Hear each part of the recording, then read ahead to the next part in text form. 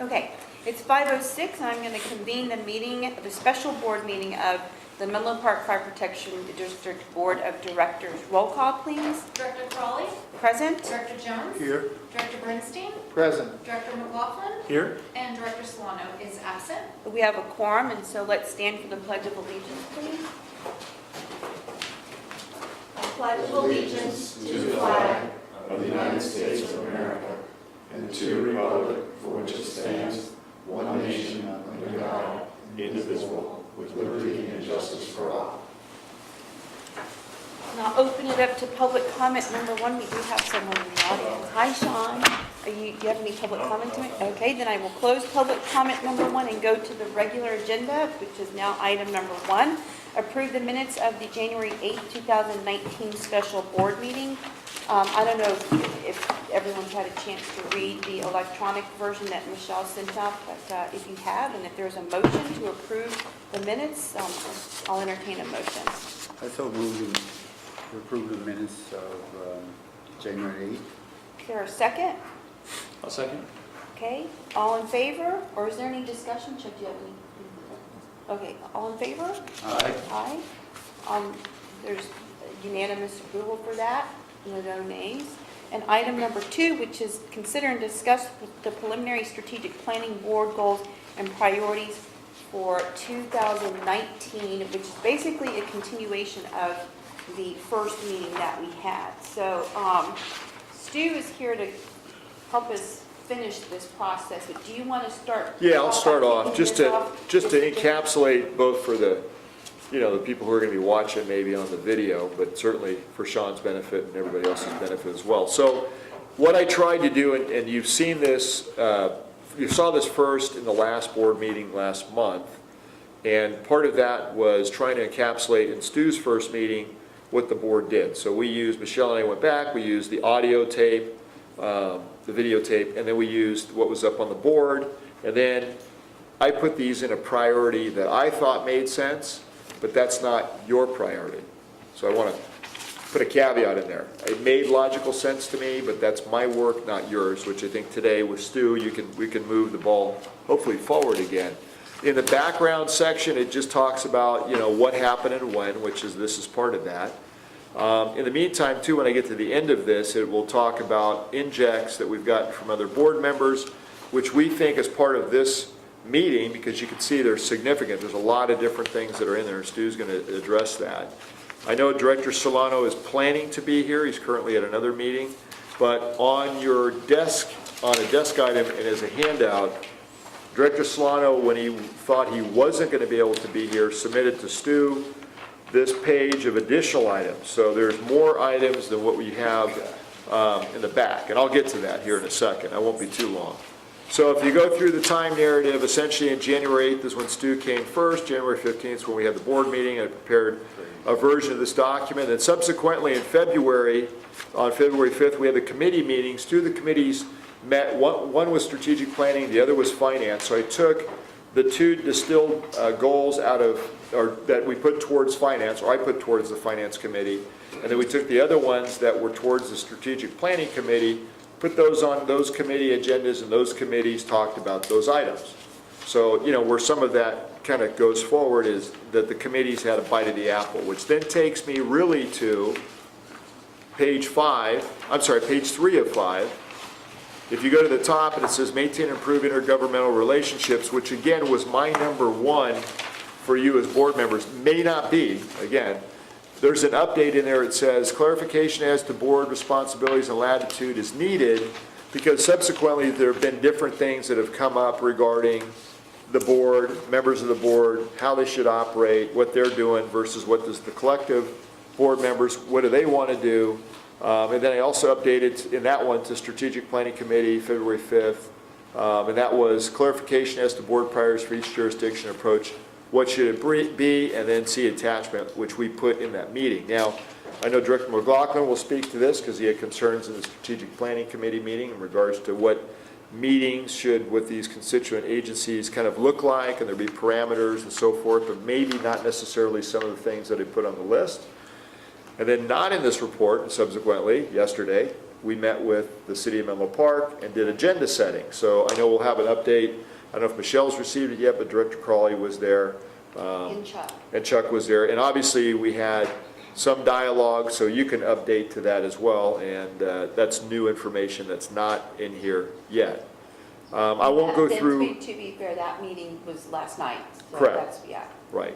So, and then number two, I just, again, as an add-on there, I try to get in just, cost. But in finance from the committee, the finance committee discussed on February 5th, developing a one-page multi-year overview model for general operations and capital improvements for all items. So it's some good discussion about, Director Bernstein clarifying some of his items, Director Crawley weighing in, and us as the staff listening to what the board wanted, specifically Kathy and I trying to, figure out what is that and what does a multi-year budget mean to the board members, specifically in finance, and how would we capture that and do it in this particular case, a one-page format, which we thought was really good and simplified. I mean, it's a dashboard, right? So you can look at it anytime, look at it reoccurring as revenues come in and as we pay for different projects and so forth, and we pay and buy apparatus, which we think we can do. Would be a multi-year over, in some cases, decades, because it would span fire station life and it would also span apparatus, typically in a 10 to 12 year time period. So we said we could do that. It's not done yet, obviously, but those are one of those things that Stu will talk about too when it comes to that, because he's seen that as well. On community alerting and notification system and process, as you can see if you read further down, there does need to be clarification assigned to committee and board direction is needed, because in some cases the board members submitted different items, and again, Stu's going to go into this. In one case, or actually in several cases, you're not lined up. Some are saying, hey, we need additional study. Other board members are saying, here's the implementation plan with a scheduled budget and how many of X we want to buy, which is an example, we understand, but it's two different sides of the coin. So that's hopefully what we'll get to today. It was kind of one of the more visible ones where it would be great to come out of this meeting with everybody on the same page. And since Stu's the facilitator, that's going to be his tasking. Not to put it all on you, Stu, but, and the board too, right? On number 6, another one from the committees, finance again, these were kind of the two items. This isn't all of the policies, but we got into basically pension, retirement, pay down, and looking at that more closely. Which we talked about on January 8th. Right, so yeah, and February 5th. So number 6 is what the committee did, and then you can skip all the way, everything else stayed the same in there until you get to additional items. It lists who sent what, including to committees. And one of the things I mentioned to Director Crawley, which is kind of a trap door, is you're good in your board process because you submit to the board listens at the end of the meeting to items that can be submitted on the agenda, and then you make a decision whether you want that to go forward, and if it goes forward, the staff do work, and we get some kind of guidelines, and there's typically a vote if 3 board members want that to occur, or at least a consensus. In the committee world, because the committee chairs can put anything they want on the agenda, I call it a trapdoor only because stuff ends up on agendas that doesn't then go to the full board. So one of the things that I pointed out to Director Crawley was... Which is what we've had for the last 2 years. Right, but going forward, I think with all these items, and again, Stu's going to kind of go through this and present, because he saw the whole thing and saw what I've seen. Does the committee drive the board, or does the board drive the committee? In terms of workload and then expectation, all those different things. And so with in-checks, again, as we will go into, it's difficult with all of these items for staff to say, okay, what do you want us to work on? Not necessarily saying we can't do multiple things at once, but there's also the business need of the district every day, which is, supporting the on-duty crews, their mission, putting, the rubber on the ground, and, door-to-door service that we provide 24/7, 365. So all that kind of gets into this. So if you add on, as I mentioned earlier, Director Solano's items now, it's substantial. And I don't think there's any bad ideas or issues in here, but certainly, there needs to be cohesion, coordination, clarification, and then coordination in terms of what you would like us to do and what you expect yourself. So At the very bottom, you can see is the attachments. I only scratched the surface on pages 4 and 5 of what was given to us. If you look, there's issues within issues with more issues and a lot more narrative and dialogue. So I don't want to do injustice to anybody. And so we tried to include every single document that we got from the fire board that wanted staff to do something. And there's probably a few more when you look at emails. And, you know, again, I don't think there's any bad ideas in there. In fact, I'll go to the very last one. Director Solano had submitted to us through HR, attachment I, which was could we do a women's boot camp to inspire females to apply for jobs in the fire service? Remember, that doesn't necessarily mean they're going to apply for a job you have. Right. And just like our Cadet and Explorer program doesn't mean that you're hiring when these people come through and they're available and they don't get a job somewhere else. So, you know, those programs are always kind of incubator. It's a good way to see, you know, people and their desire to be employed. And I think, you know, I'm all for anything we can do to, you know, increase the number of female minority candidates because it's disproportionately low. But when I worked at the college system, I can tell you that we were disproportionately low within that environment too. So where we do a better job and it seems to work better is at the Explorer high school level. And then I don't know why we lose people, maybe because they go away for college, maybe because they get jobs and they're making money, I don't know. But I know one thing, once they get into the college program and become cadets, if we're hiring, certainly it's an easier way for us to look at those people if they're here, which can help them or hurt them, because they could be terrible too. And so, you know, maybe you don't want that. So, you know, Rob's comments and this thing that, you know, with the sheriff and what they were doing, if you happen to read the email, you know, that is something the sheriff's department's doing. And to this topic, but it then should be funneled into a board process. And I'm not picking on him because I think it's across the board that we get these things sometimes and they seem small, innocuous, and hey, great idea, but then somebody's got to do it. And so what we talked about today and over the last couple of days has been, but then where does all that fit? Because at the end of this process, hopefully we're going to get to some list of what do you want us to do? And then if we keep adding to it, then what is it you want to change up or have us not do that you now want us to do? And so that's kind of where, you know, I think we're going to be coming from. And then I'll let Stu take it from there because the other handouts are his. It's kind of a culmination of everything that he's seen, our conversations, his last experience, and then me explaining the last board meeting and all these, when he saw it, all these injects. So that's it. I just have a question. I wasn't sure what you said when you were talking about you get these things and then we have to do it. Right. What do you mean by do it? So we'll have something that a board member will say. For example, can you comment on the PERS letter that they just sent us? They're looking for information for a PERS meeting that's occurring on the 13th. Actually, that's for CSDA. Right. Right. But it's related to PERS. Yeah. So it's, you know, But it's not if it's fire reasonable, district business necessarily. if it's reasonable, you know, we'll try and accommodate it. So do you feel that when you get a request like this, that means you have to do it? I don't think that's what it means. I mean, I think somebody could say, could you do it? You could say, yes, it's possible. Could say yes and could say no and say, hey, you know, it's bigger than you Let's bring it up think. to the board. Right. Okay, But sometimes I'm not even aware, as you know, board members go to staff, until staff members tell me, hey, I got a phone call, or hey, I got an email. And I think, you know, Stu and I discussed it. I mean, everybody tries to please the board, but that's not necessarily process. Right, and so Harold, I'm going to make a comment on that because I think that it's overtaxing to the staff and to you when you get emails about a program which would be whatever this cadets program. And I'm not saying it's a bad idea or a good idea, but the point is, my question is, should that come to the board president before it goes to the chief? If it's a board item, because if this is part of our strategic plan, overall big vision, it should come to the board from another board member, the board president and or the board. So Let me hand it over to Stu though from there, because that's part of what hopefully we're going to get to tonight. That's the process Right. part. And the thing is that the process isn't being followed, which is, I mean, by a minority of us. And that, I don't want that to overstretch the staff right now.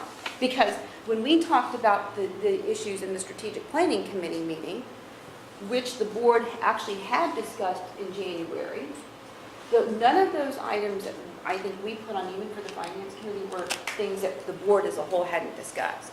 But these other things that are coming out of someplace, hold on, I just don't, if that's not, it hasn't been a board item, I don't think that you should even entertain it until it comes to the board. Well, so I'm going to turn it over to Stu, because We'll at the let end of the Robert- day, yeah. at the end of the day, just let me just say, at the end of the day, it depends, right? And again, if we're going to get in a process, because this is going to have to be process driven, that's kind of been the process. We try and field board requests, right? Whatever they are, within reason. Yeah, but, okay. And then, That's you know, all at the subjective. monthly meeting where we set the agenda for the formal meeting, that's pretty, I'm not gonna say rigid, but pretty laid out. The Yeah. committees, on the other hand, have been where the horse leaves the barn. Well, that- fairly that is regularly, not so- what I don't think we Right. should do. And Robert then has- you may want to visit, as you and I have discussed, the whole, and this can be a may, but part of a policy, because Stu's going to deal with policy and process. You know, having members from the public just put stuff on your agenda too, because you're not necessarily fully in control of your agenda. And it's Well, not like you got to be yeah. controlling, but you know, how, it's all work, it's all pressure on the clerk. That's a different issue from the board thing, the board process. Robert? I want to get to the process and procedures that Stu's going to outline for us. Yep. Because hopefully this will take care of all what we're talking about here. Even though Let's we, just get to Stu and hear what he's on his mind about process and procedures, and then we'll agree with that, change it, or, you know. And because I feel like all this is going to fit into understanding process and procedures. That's my recommendation. yeah, that's Chuck. Let me just say, one of the great frustrations for me as a board member is California law makes it impossible for me to have a conversation about something with very many people to see if it's even a good idea. Yeah. And I'm just saying it's not in any way critically or anything like that.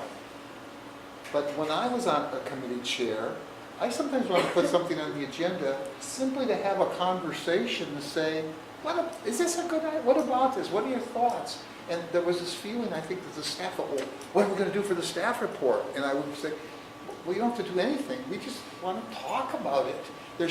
And I think that's a perfectly appropriate process to have a conversation to see if there's anything there. Because if you can't talk about ideas and brainstorm a little bit, nothing new ever boils up. And so I think sometimes there's this feeling of control, like, oh, what if it gets out of hand? Well, it can't get out of hand. It's two people talking about something. What's the big deal? But I think the fact that you try to serve, and I'm respecting that, I'm just saying that I don't think you have to feel that you have to serve. If somebody wants to talk about something, let them talk about it.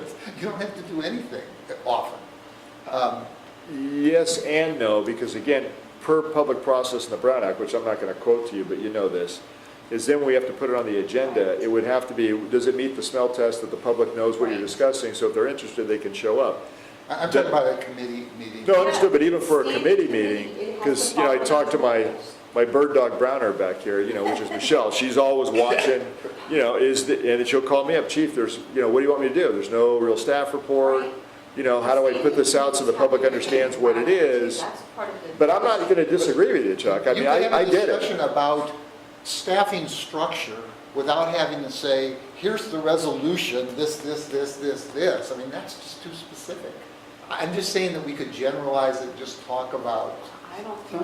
I'm interested in employee incentives. How do we incentivize people? And just have something like that, not a program. For an agenda, it really can't be that vague, because we want to make sure the public is aware of exactly what we'll be talking about and discussing. If But it's nobody too knows. vague, then- No, I think you can have it vague. There's nothing in the No, Brown okay, Act that says it hold can't on. be vague. So, There's nothing. so Robert has a comment. I just want to get to Stu. Okay. But we could think of other ways to get something as a brainstorming, like go to the, I don't know. Let's think. Let me, I'm not let me, disagreeing, but let yes, me weave please. let me weave all your thoughts into the next 30 to 45 minutes. And I'm saying that for two reasons. One, I want to refocus the work on what's before us tonight, what this is and isn't. 2, if my voice starts to get froggy, it's because I'm a week and a half through some minor upper respiratory crud, but if I start sounding like Kermit, it's because my vocal cords are giving out. No, in all seriousness, the purpose of our engagement together was to help you refine and polish your process of policy governance. Planning is a component of that. Time over distance is a component of that. How things that get injected from your stakeholders or your liaison committees in the middle of a work cycle get injected to that. So let's talk about, absent planning and an annual work program, what you would not, where you'd end up. And where you would end up would be chaos. You would be drops of oil in a frying pan. You'd be interfering with staff trying to get the budget plan implemented to do day-to-day business because you'd be putting out spot fires, right? It would be catch as can. As elected officials, as we covered last time, you really only have the power of the board is to do those powers enacted under the government code to the board. Adopt and set a budget, hire and evaluate a fire chief, and direct components of the annual work program. There are not 6 chiefs of department here. You're not elected to decide what size pump to put in a fire apparatus. That's staff work to come up to you and say, as part of the budget plan, we need to buy a replacement fire truck next year. And our apparatus specifications committee will bring forward a bid package in month 7 of the year to go out to bid. So back on process, in listening to all of you, you all have such a great appetite for fire service interests as a unifocused district does, but you can't do all the detail in every conversation you have. And I'm just saying, as your coach, I frequently get a lot of detail that is trying to solve the problem to the nth degree, instead of saying from a process point, can we deal with this succinctly in 2 minutes, or do we have to assign it to a team member to go through a vetting process to then come back to us for action? So and remember we talked last time about a healthy governance team process that's respectful of, once you get a work plan and the budget's built to support your work plan goals, if new injects come in, there has to be a formal way for the idea of the 1 or the idea of the 3 or the 5 to turf it to staff to vet what it would take to even plan, review that idea, and have staff come back to you. And we discussed last time, the easy way into the Brown Act is at the end of every formal board meeting, you have the matters initiated section. If someone has a good idea, they bring it up to the board as a whole.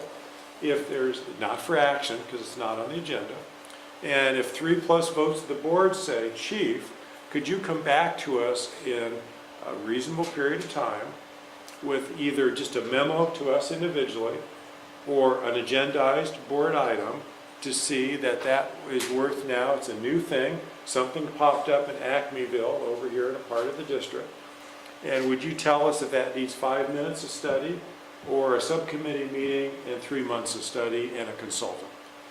Chief comes back with a staff report or a memo saying, hey, this is easy peasy, I looked it up, here's the answer. And that's just what I would call a Friday package, FYI memo to the board. Question came up, here's the answer.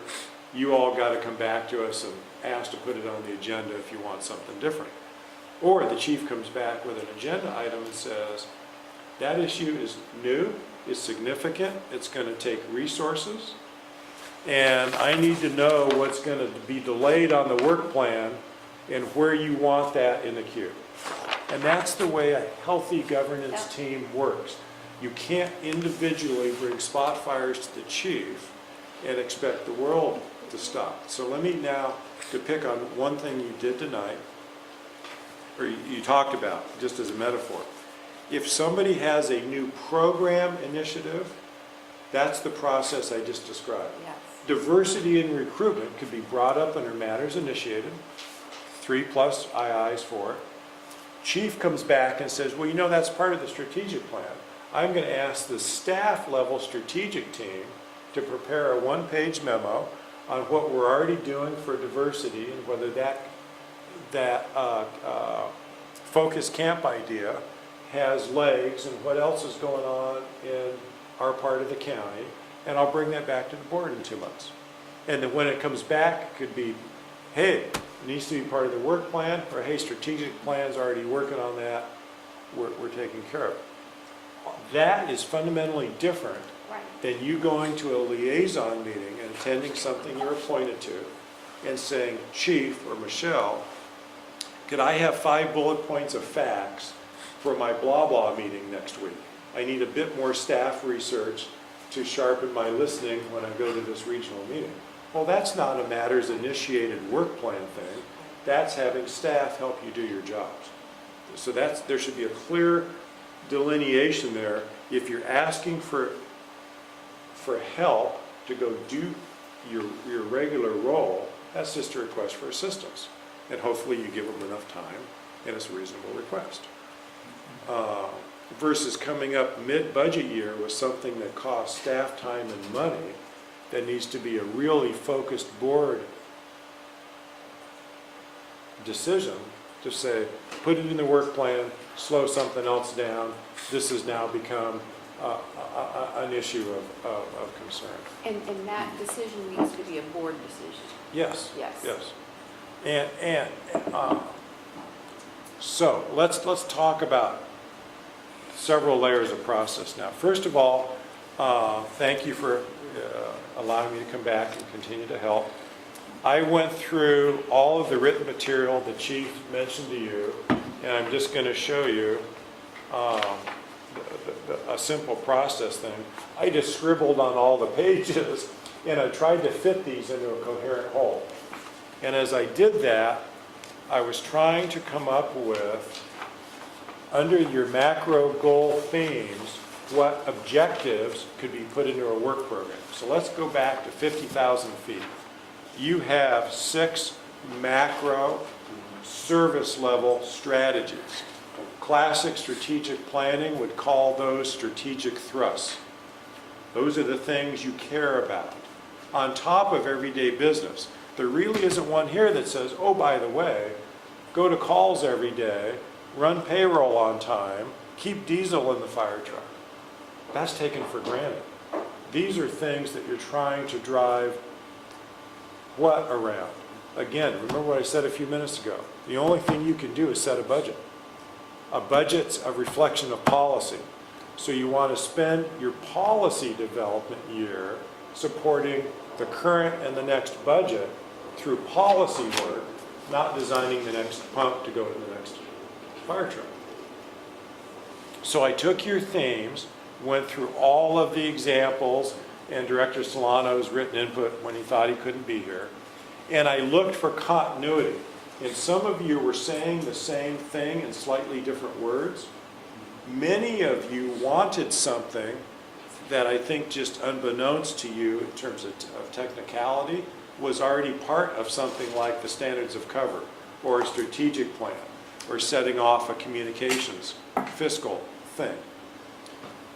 When we write objectives, they try to be under a goal, specific, measurable, and action-oriented. So for example, on some of these sheets, I saw a lot of things like set an agenda, attend a meeting on such and such. Those are things that you do. An objective would say, for example, under planning the future, so I'm on my handout now, your macro sheet, and these are not in priority order. I want to address priorities in a moment. I just have number 1, strategic plan finalization and adoption. You see how that, Are we Which talking page about? is this? Yeah. Yeah, the handout. my suggested handout. Yeah, and that's the first, I don't know where. No. Under planning for the Oh, future. planning for the future, sorry. Under planning for the future, item number 1. So I took, these are your 6 macro strategic goals. Under planning for the future, I suggested and placed strategic plan finalization and adoption. So that's part of planning for the future. your staff's been developing a strategic plan.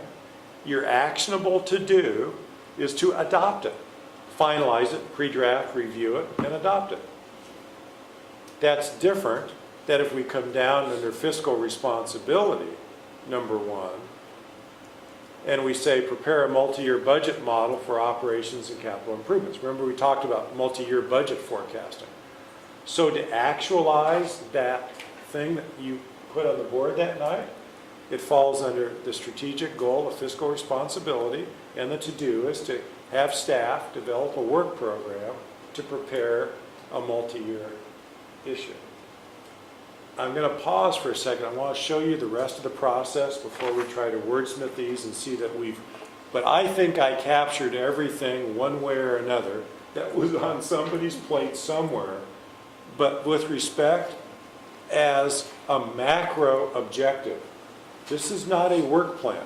You ought to be able, or your stakeholders ought to be able to say, what are they doing for planning the future this year? We're going to finalize a strategic plan. We're going to initiate a deployment study update. We're going to foster intergovernmental relationships and planning, and we're going to pay attention to the changes in the regional public safety system because that's long-term and expensive. We want to keep our eye on that ball. Anybody can understand that. Your voters can understand that. The rank and file staff can understand that, and it's a one-pager. Well, then you say, well, Stu, when do we finally get to the detail? How do we actualize this?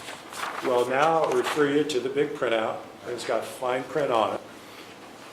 But for those of you that haven't seen it before, this is called a Gantt chart.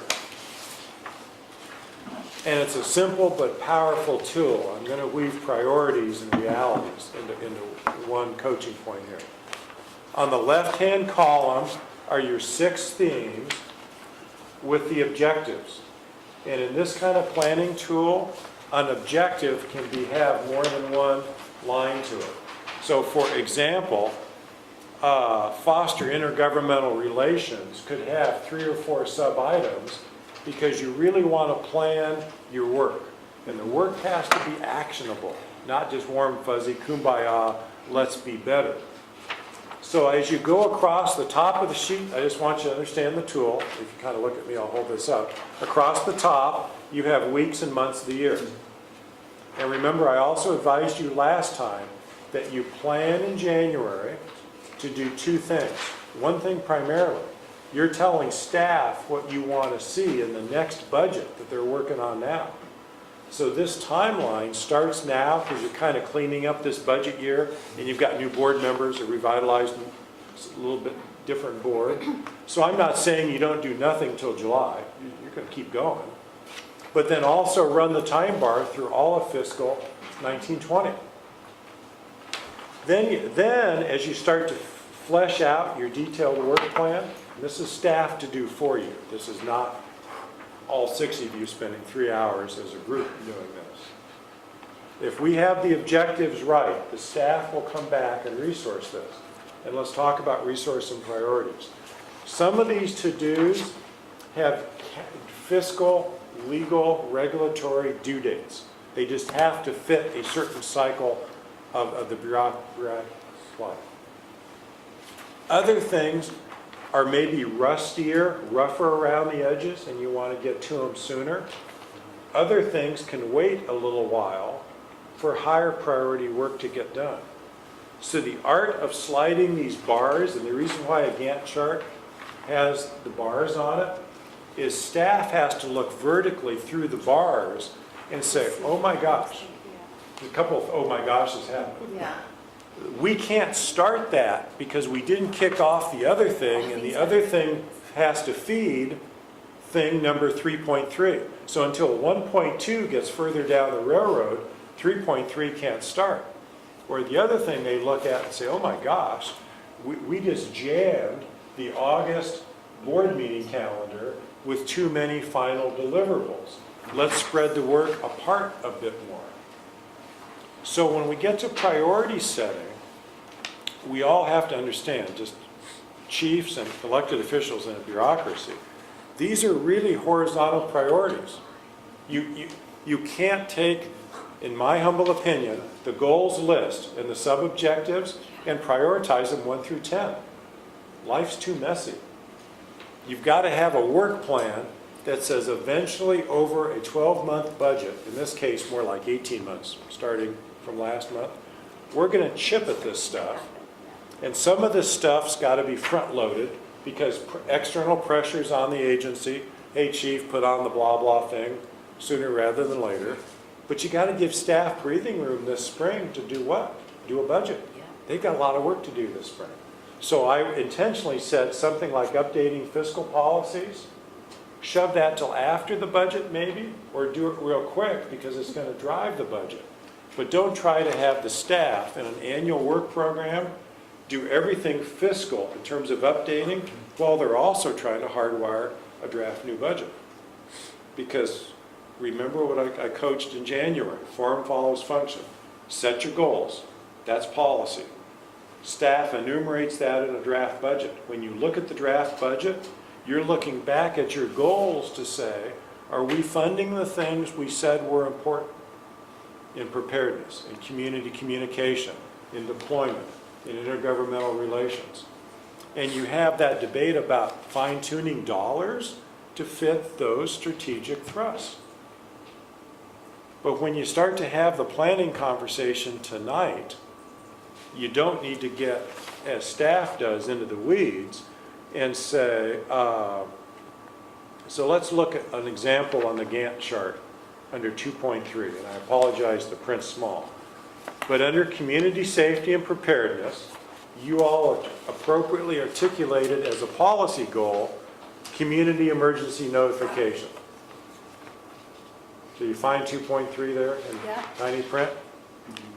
So the macro number, the 0.3, if you come over on page number, this other sheet, that's number 3 under community preparedness.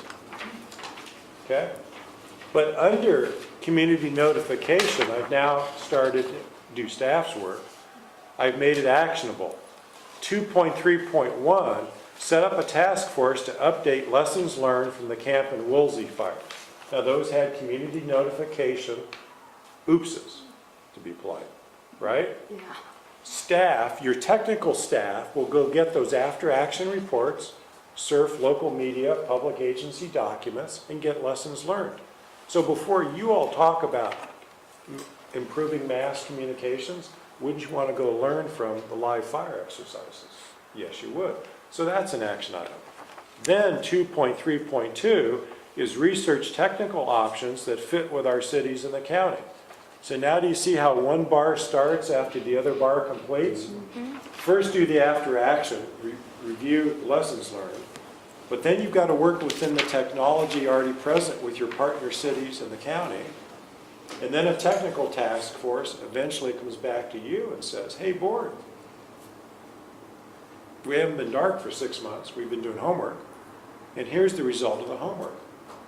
A couple of lessons learned could be improved by we as a fire district spending some technology money on doing some community notification different, and we've already run this by a couple of the cities in the county, and we think as a government team here in a disaster, we could make that work better. And I'm not saying I'm right, I'm not telling you exactly how to do it, it's the way how the planning tool works. You put an objective on the work plan, ask staff to tell you when, where, and how they can do it. You largely accept staff's word when the plan comes back to you. I mean, if they clearly put what all 5 of you think is an important thing 12 months down the road, have that earnest conversation with your chief executive to flesh out the reasons for it. But again, my coaching point is just to say everything's 1 through 5 doesn't work, because you're going to adopt a budget by a legal due date. You're going to have other things that revolve around certain due dates. So here's another example of how to make something actionable.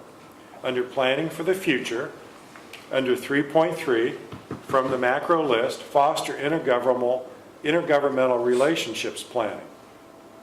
I suggested 3.3.1, prepare a 2019 joint engagement meeting schedule. So the very first bar there is in early March, you could say it's, but February is largely getting by from us. So you say, well, if I were to ask you, what does foster intergovernmental relation planning look like? You can't come back and say, well, we want to do better. What does better look like? So the way to step off the curb is to say, let staff, and you may want to designate the president, maybe a two-person ad hoc for one meeting, to sit down and come up with a joint engagement meeting schedule. I heard you met with Menlo last night. Yippee. Can't a small team of you, well, no, seriously, It is, yippee. We've been waiting for but that. put that on an annual for calendar, years. and then have the calendar brought back to the board and say, board, we think a formal interagency planning engagement schedule looks like meeting with so-and-so, such and such, in Hatfield and McCoy, this many times in this calendar year. We will have an agenda for every meeting. We think if it's more than one meeting, the agendas come in two flavors: fiscal issues, maybe long-range planning issues. We'll have the agenda to every elected official 2 weeks before the meeting with supporting staff materials. You just plan how to do improved intergovernmental relations.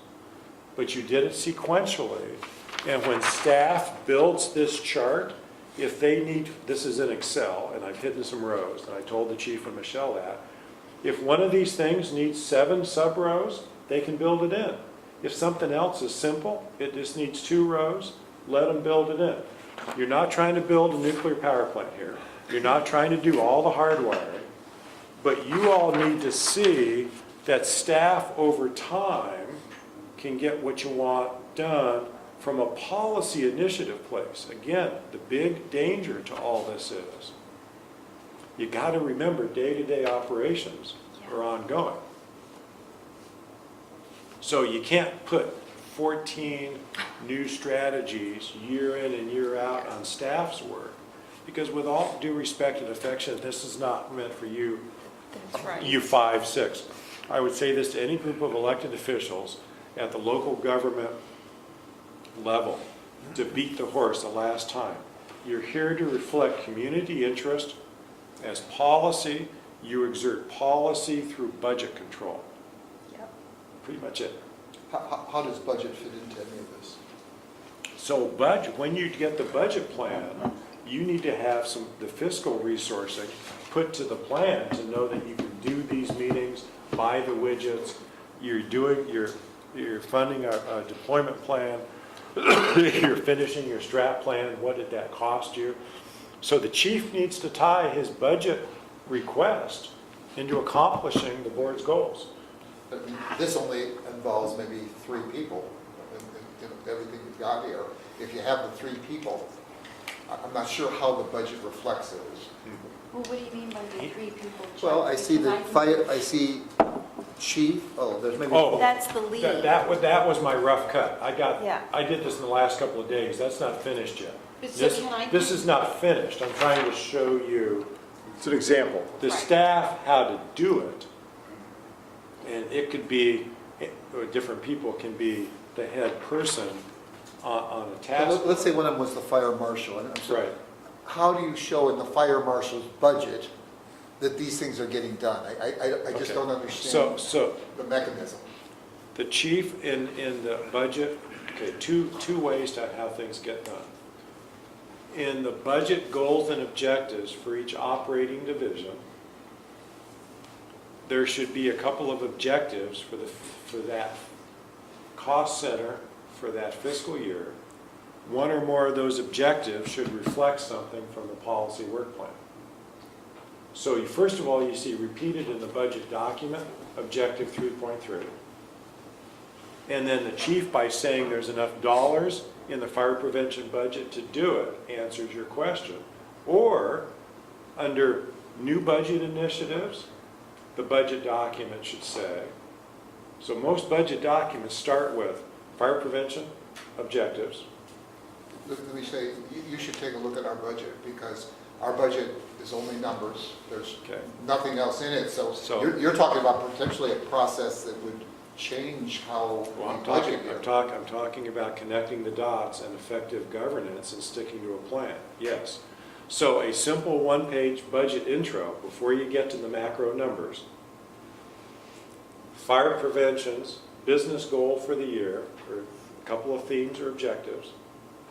And then the next bit of text says, what's different? And the what's different is where the budget has changed to do different from baseline. So you have different cost centers in a budget: admin, field operations, prevention, public ed, right? When you see that first budget page as an elected official, your eye goes to, my policy objectives are here, and they've told me what's different from last year. And if there's nothing different, they'll say so. Say business as usual, 3.5 fire inspectors and a contract plan inspector, plan checker, will accomplish the division's goals for the coming year. Or it's going to say, to do the Community Preparedness Communications Initiative, I've budgeted $50,000 for a technology consultant, and 0.25 more of an FTE to be shared with somebody in a different division. So for Director Bernstein to accomplish that goal, we've added new dollars. We've had to add new dollars. The current elastic system can't accommodate that. So in order to, before you can actually get to the numbers, you gotta have a plan, you have to have a. That's exactly it. This plan drives them telling you what it's going to cost. And then your policy control is saying, oh my gosh, I didn't know it would cost that much. Or they come back and say, you know, there's a couple of things here. It's okay at the draft budget workshop, and I'm really stepping on toes because you bring me in and ask budget. But at the draft budget workshop, it is okay to be out of balance. And here's how you talk about being out of balance. Staff comes in and says, here's a draft balanced budget, but we can't get to a couple of your policy initiatives because maybe PERS went up too much, healthcare went up too much, somebody blew the right foot off. Something happened between January and when you bring up draft June. Budget? April? April. April. April, yeah. So you go, we're slightly out of balance, directors. And if you want to take something not in this draft plan, if you want to move it into the plan, what cost are we going to take out of the plan? What are you willing to defer? Now that might be a legacy cost. Let's talk about a real life headache, especially for Director McLaughlin. In the recession, fire agencies, and you know this from your past career, but even more so, fire trucks are really, really expensive. And so departments had fleet replacement plans and had savings set aside to buy fire trucks. But in the recession, as they were bleeding down reserves and trying to keep fire stations open, they would look at the budget and go, can't buy the fire truck due this year. We're going to extend the life of the fire truck 2 years because we can't afford to make the payment, or we're actually going to borrow from the fleet account to keep a fire station from being browned out. That's how the budget reflects asteroids hitting your planet. But again, budget reflects your policy strategic thrust. Hey, we really want better community affairs. Staff's got to come back in the budget and tell you, hey, we've started to look at that, and we think a consulting contract for a 0.4 FTE, a social media PIO person would really hit the sweet spot. We just don't have the bandwidth on the team to do the outreach in a real-time, Twitter, Facebook sense. Yeah. But we could pay somebody 10 hours a week to do that. And you'd look at that as a new budget request. It would show up in that cost center as a new ad. And you'd go, yeah. And if you go no, then the chief looks back at the plan and goes, okay, item 4.4, I'm just picking a number here now, I'm not looking at it. But item 4.4 gets tabled a whole fiscal year. We just made a conscious decision to table deviate from that. this, right.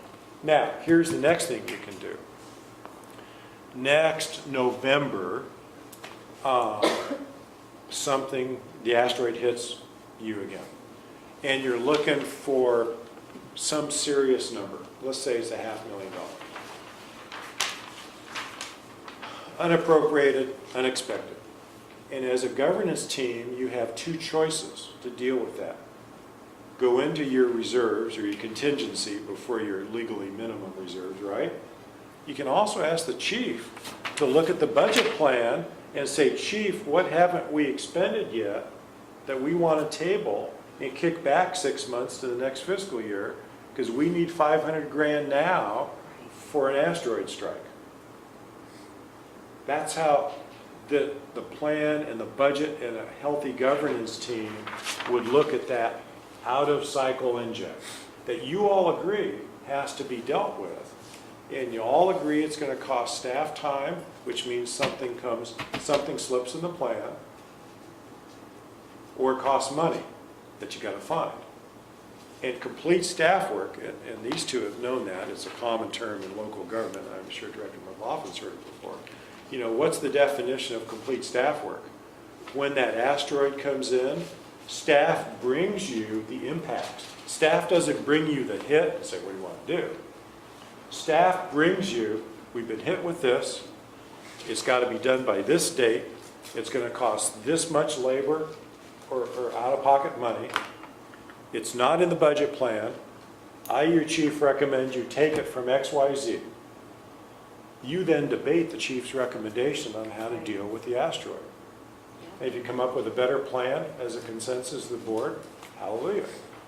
Sometimes you'll just go, okay, chief, thank you for thinking this through. You brought us a fully vetted issue.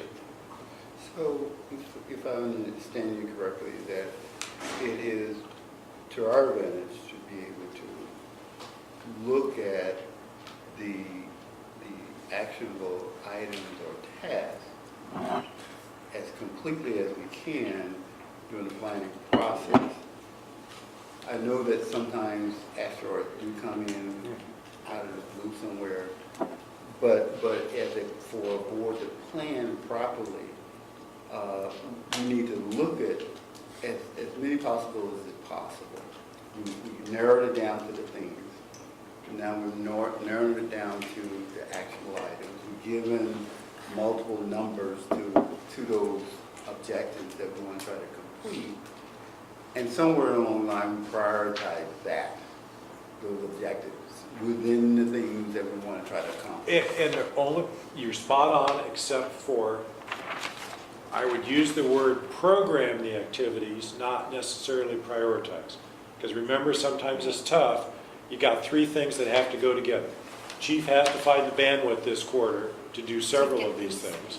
They're all important.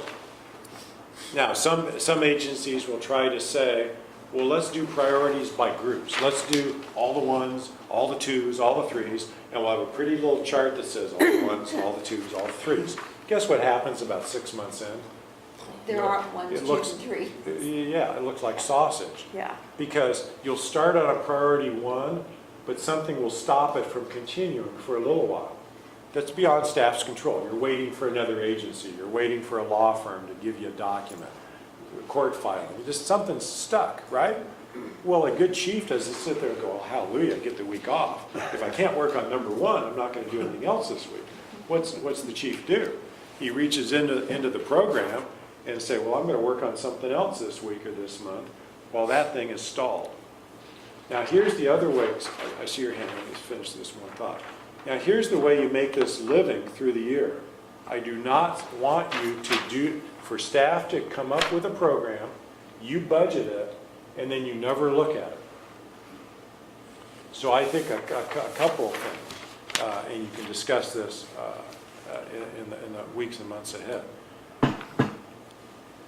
If you only meet once a month normally, Correct. if you only meet once a month, either as a standing item on every meeting, or every other meeting at a minimum. At a minimum, the chief is going to tell you what's changing. A couple things have slowed down. I've had to move up something because of opportunity. Acmeville created a joint task force on public safety alerting, and wow, we thought we'd get to that over here, but now I've moved it up to here, and such is going slower. My work program and the budget's intact.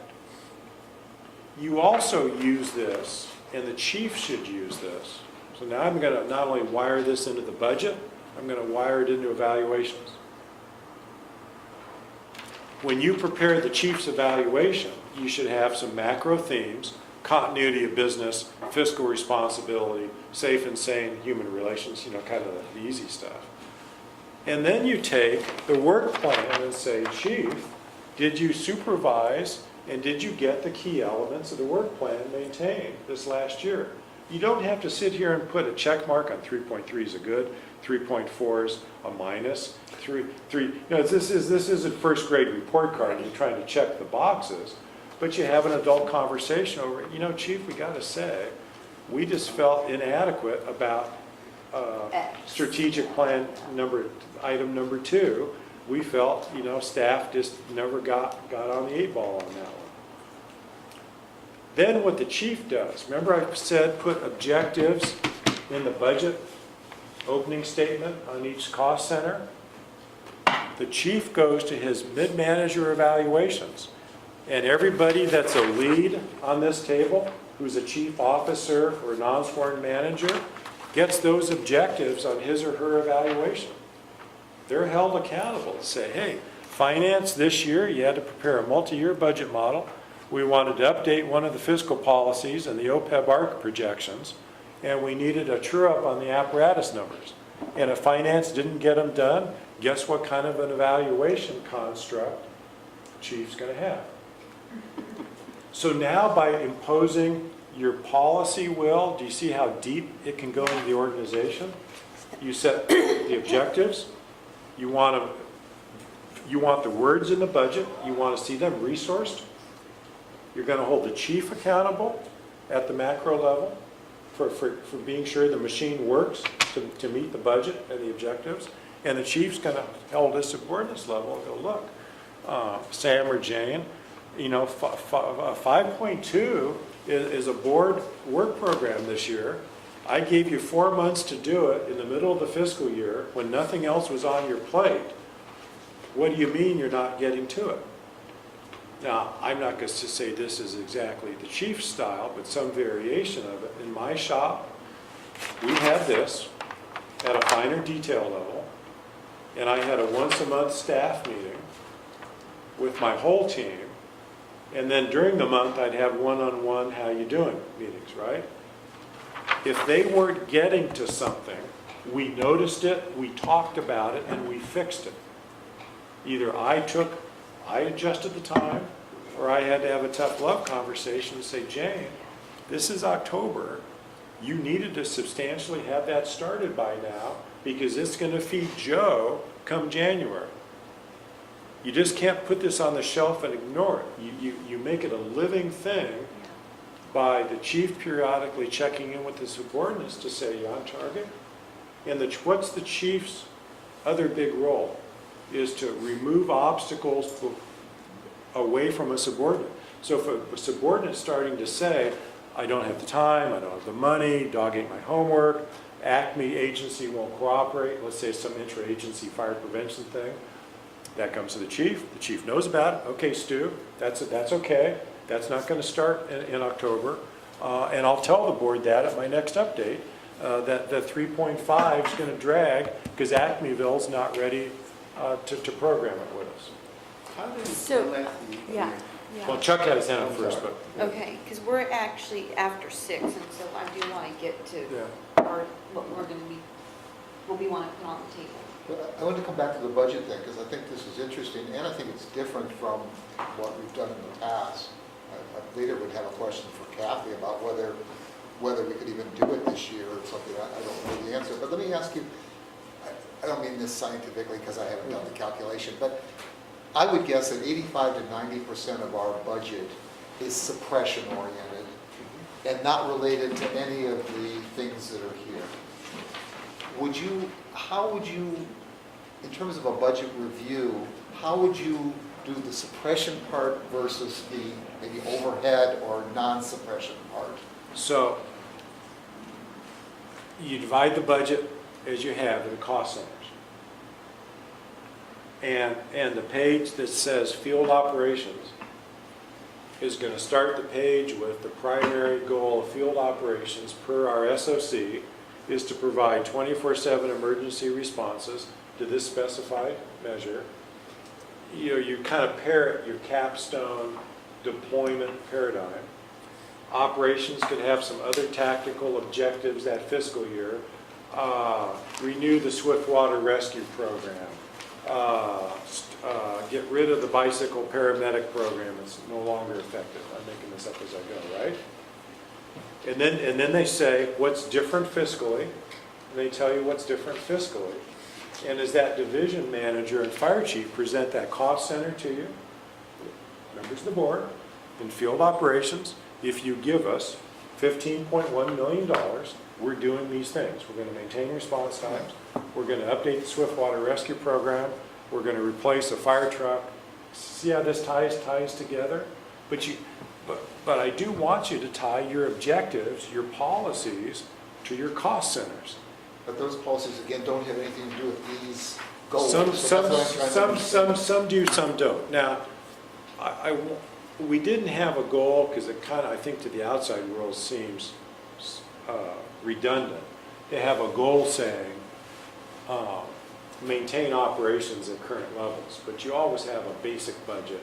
You do the same thing year in, year out. And what we try to do with this is to say, how are you renewing the lifeblood of the operation? Where are you pruning? Where are you adding to? Where are you fertilizing the unseen base budget, which is fire rescue, EMS, fire prevention, public ed programs? I think some of those are touched in here. For example, under community safety and preparedness, you talked about fire prevention education, community emergency preparedness, and an emergency notification process. So those are tangible, and when you see the pub ed prevention budget, you should see those objectives listed, and you need staff's word that they've resourced them to accomplish the 1920 work plan. And that really becomes one of your quiz points during the budget hearings, is to say, hey, Chief, I don't see anything tangible here about community notification. Well, what if that pilot program with the county takes hold? And the Chief goes, glad you asked that, I hadn't gotten to it yet. Page 200 of the capital improvement plan, we reserved $150,000 to fund our fair share if the consortium launches the new technology. Touchdown. Or the Chief's answer is, you know, that's still pretty tenuous. I haven't reserved any funding for it yet. And if we're surprised mid-fiscal year, it actualizes, I'll have to come to you with a supplemental appropriation request from reserves to put the 150 in. But I don't think they'll quite get there in the next 12 months. So the Chief's got his reasons about what he sees coming down the board, and is putting in the balanced budget versus holding back is not ready for prime time. How then, maybe it might be going back a little bit, but the question is, how do the board handle injects?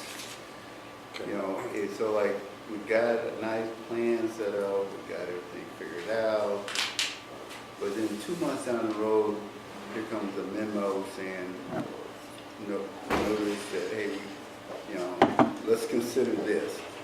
Is there a way that we can follow that will take that under consideration, not to ignore Yes. the notification, but take it under consideration to try to fit it in what we currently have? So let's talk But is about, that our job or is that the chief's job? it's the process job. That's, Process. okay, It's a but pr- it's a- where it's in the process. process? So let's talk about injects and your standing committees or your ad hocs, the universe of those issues. Injects should come if it comes to you as an individual board member, you're out doing your thing. It's okay for you in your monthly conversation with the chief or in an email, say, hey, something Twinkie just happened over here, and next time I see you or have coffee, would you give me 5 minutes about why that's going that way? And maybe the two of you start to look at that and go, there could be a there, and Director Jones, why don't, at the end of this month's meeting, under matters initiated, would you see if there's 3 votes to support programming that into the work plan? And then under matters initiated, the chair goes member by member. Director Jones, it's your turn. Anything for matters initiated now. And most times people go, no, I don't really have anything. You would say that month, hey, yes, something just happened in Acmeville that I think needs to require some resourcing and staff work. Would my peers agree to ask the chief to bring it back as to what the impact would be if we worked on this issue this year? Would that take under consideration looking at within the themes that we set up that we want to focus on? Should it fall into any of those categories? Maybe something Under a matters initiated motion, you can be as specific or hazy as you think you need to be. So for example, you could say, I think this has come up. I'd like the chief to bring back a work plan on it next meeting. And the work plan should include turfing it to the fiscal subcommittee and probably using a little bit of consultant dollars to fiscally model something different about CalPERS. Maybe I need to say that differently. If it doesn't fit into the categories, Ask the chief where to put it. yeah. How do we, or should we put it? No, just say it. Just say, chief, I want this.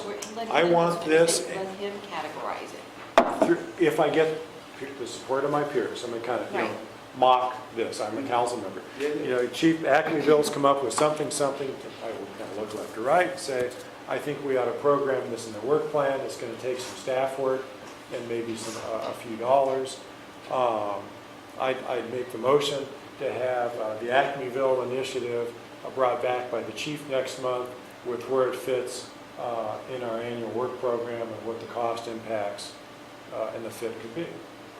Chief comes back next month on a normal agendized line item for a vote, right? This isn't just discussion item, and maybe if your agenda is new business, but whatever you have, put it on there. New business 2.1, the Acmeville initiative. Chief gives you a staff report and says, I can program that at no cost, I can have it done in 45 days. Chief comes back and says, oh my gosh, I've spent some time studying this since we had coffee, Director Jones, and now I need a consultant and I need 6 months. And then the board votes to appropriate time and or money, Or not. to the Acmeville initiative.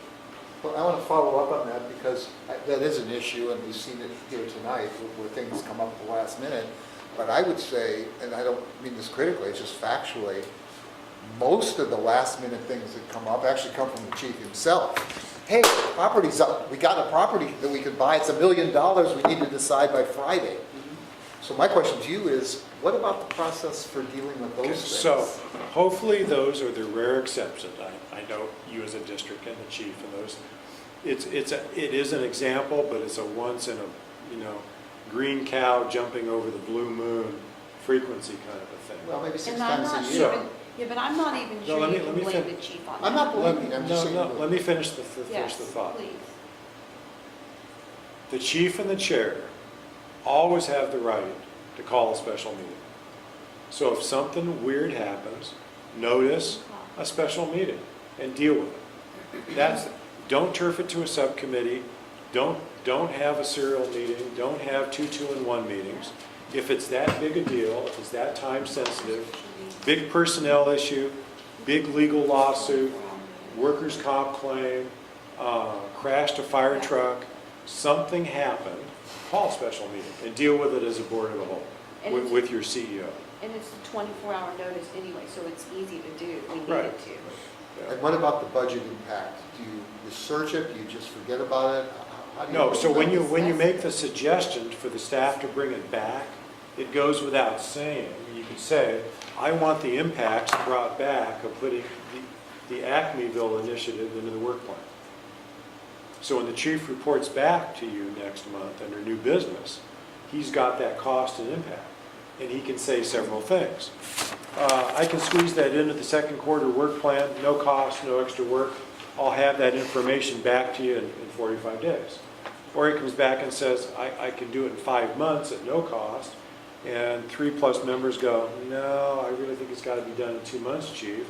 Chief, would you slide XYZ down the work plan and replace it with Acmeville? And Chief goes, yeah, I can do that, bosses. But it has to fit within this scope. Right. Or like.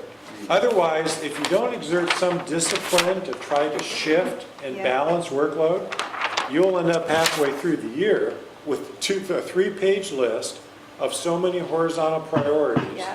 Nothing's getting done but spot fires. And what's a spot fire? You know, if somebody's really upset, lawsuit, personnel, workers' comp, closed session issue. What's the best way to adhere to that discipline or impose that kind of discipline? Is it acting as, there won't be any changes at the committee level, with the board as a whole? So let's Has to hear and consider and adopt? Yeah, so my other broad coaching advice, we touched on it last month, and I want to say it yet again. I heard from most of you, as well as staff, most of the committees were doing nothing more than taking up noticeable, public agendized airtime just to talk about existing issues without a focus and a work product delivery. I'm coaching you to have standing committees called when necessary, when staff has something really detailed that you all as a board want a subcommittee of specialists to review first, and then bring to the board with a subcommittee recommendation. The subcommittee doesn't exist just to show up, have coffee, and dream up new things. That's right. The subcommittee doesn't exist to ask the chief 40 questions about work program 4.2 that's barely off the launch pad. The subcommittee exists, your reflection of policy, when they're baking something in the oven and it's pretty complicated, you want to bounce it off to elected officials first to be sure it's addressing your needs as an elected official reflecting the will of the community. So in my humble viewpoint, there's only a few things here, a few committee meetings per year. I think finance before the budget and finance in the fall ought to meet just for accountancy, audit, and oversight. That's your other regulatory function as an elected official, right? Are the rules being met, the dollars Some other news. being tracked? Number 2, this year, strategic planning would meet at least twice, maybe a third time, for your standards of cover update project and to finalize the strategic plan. Those are big 100-page complicated things. They come to a subcommittee for reflective input before the board of the whole. But isn't there a risk to that staff is going in a direction that perhaps doesn't reflect either the board wishes or as we interpret or recognize community interest to be, so that staff can get out In front of the ahead board. of the board, and you know, if you wait too long, if you're only meeting 2 or 3 times a year, there could be a lot of staff time expended before they're given directions that it's really not what we wanted, or we need more in this area, or we'd like to see this fleshed out more. How would you resolve that? It's a fine balancing act, Director McLaughlin, between too many chiefs, too many cooks in the stew pot too often, because you're not here to do staff's work for them. You're here to exert policy and fiscal control. Yeah, but Let me finish. go on. So, what I just described are 2 pretty big, important, all-encompassing initiatives. On the deployment update and the strategic plan kickoff, I would suggest you agendize those for the full board, because here's the danger of the subcommittee. You can run them through the subcommittee first. You're going to wait a month to do that, wait another month to get it to the full board, and no 2 members reflect the will of the board. Yes. You're just dealing with 2 individual perceptions, right? So what if in the subcommittee meeting, you 2 don't agree, or you do agree, and the other 3 go, well, how did that get down the train tracks that far? That wasn't my preference. I think the really big, complicated initiatives get kicked off on an agenda item by the board of the whole. That's where you get your fingerprints on, oh, if we're going to do a multi-year fiscal budget model, we, the board, wanted to have these 4 specific components. Do that at a board meeting. But Stu, I have actually experienced, not this staff, but just in general, staff kind of taking things in such a direction that before it even gets to the board to even discuss, it's too far gone. So it's like too late to even rein anything in. Well- And that's what I think Jim might be talking about, because that's what I'm concerned about too, to be honest with you. And I mean, I agree with you about the committees and their role, because I think they were abused for the last 2 years. And a few directors got in front of the full board for, I mean, how do you even deal with the Valparaiso House, for example? But I don't want staff, or not even staff, it's at the board who are basically representatives of the voters and the taxpayers and the people to feel like that they're not even control is not the right word, but they're not working in tandem with the staff to implement policy versus just making policy. Does So- that kind of cover what you're saying, Jim? It does. The double-edged sword, though. I The understand. horns of the dilemma are, those 2 members are not a majority of the board. I know. And so, I'm Sir, such, excuse me, were you not saying earlier though that the chief would come back monthly, at the monthly meeting with an update on? But Michelle. well, an update on work plan impacts. Yeah, Work- I get work that. plan I get that, but impacts. that is not what has been in practice. So what I want to avoid is abuse of that, because I've seen it. And I echo what Jim's concerns are. That doesn't mean that we don't trust the staff.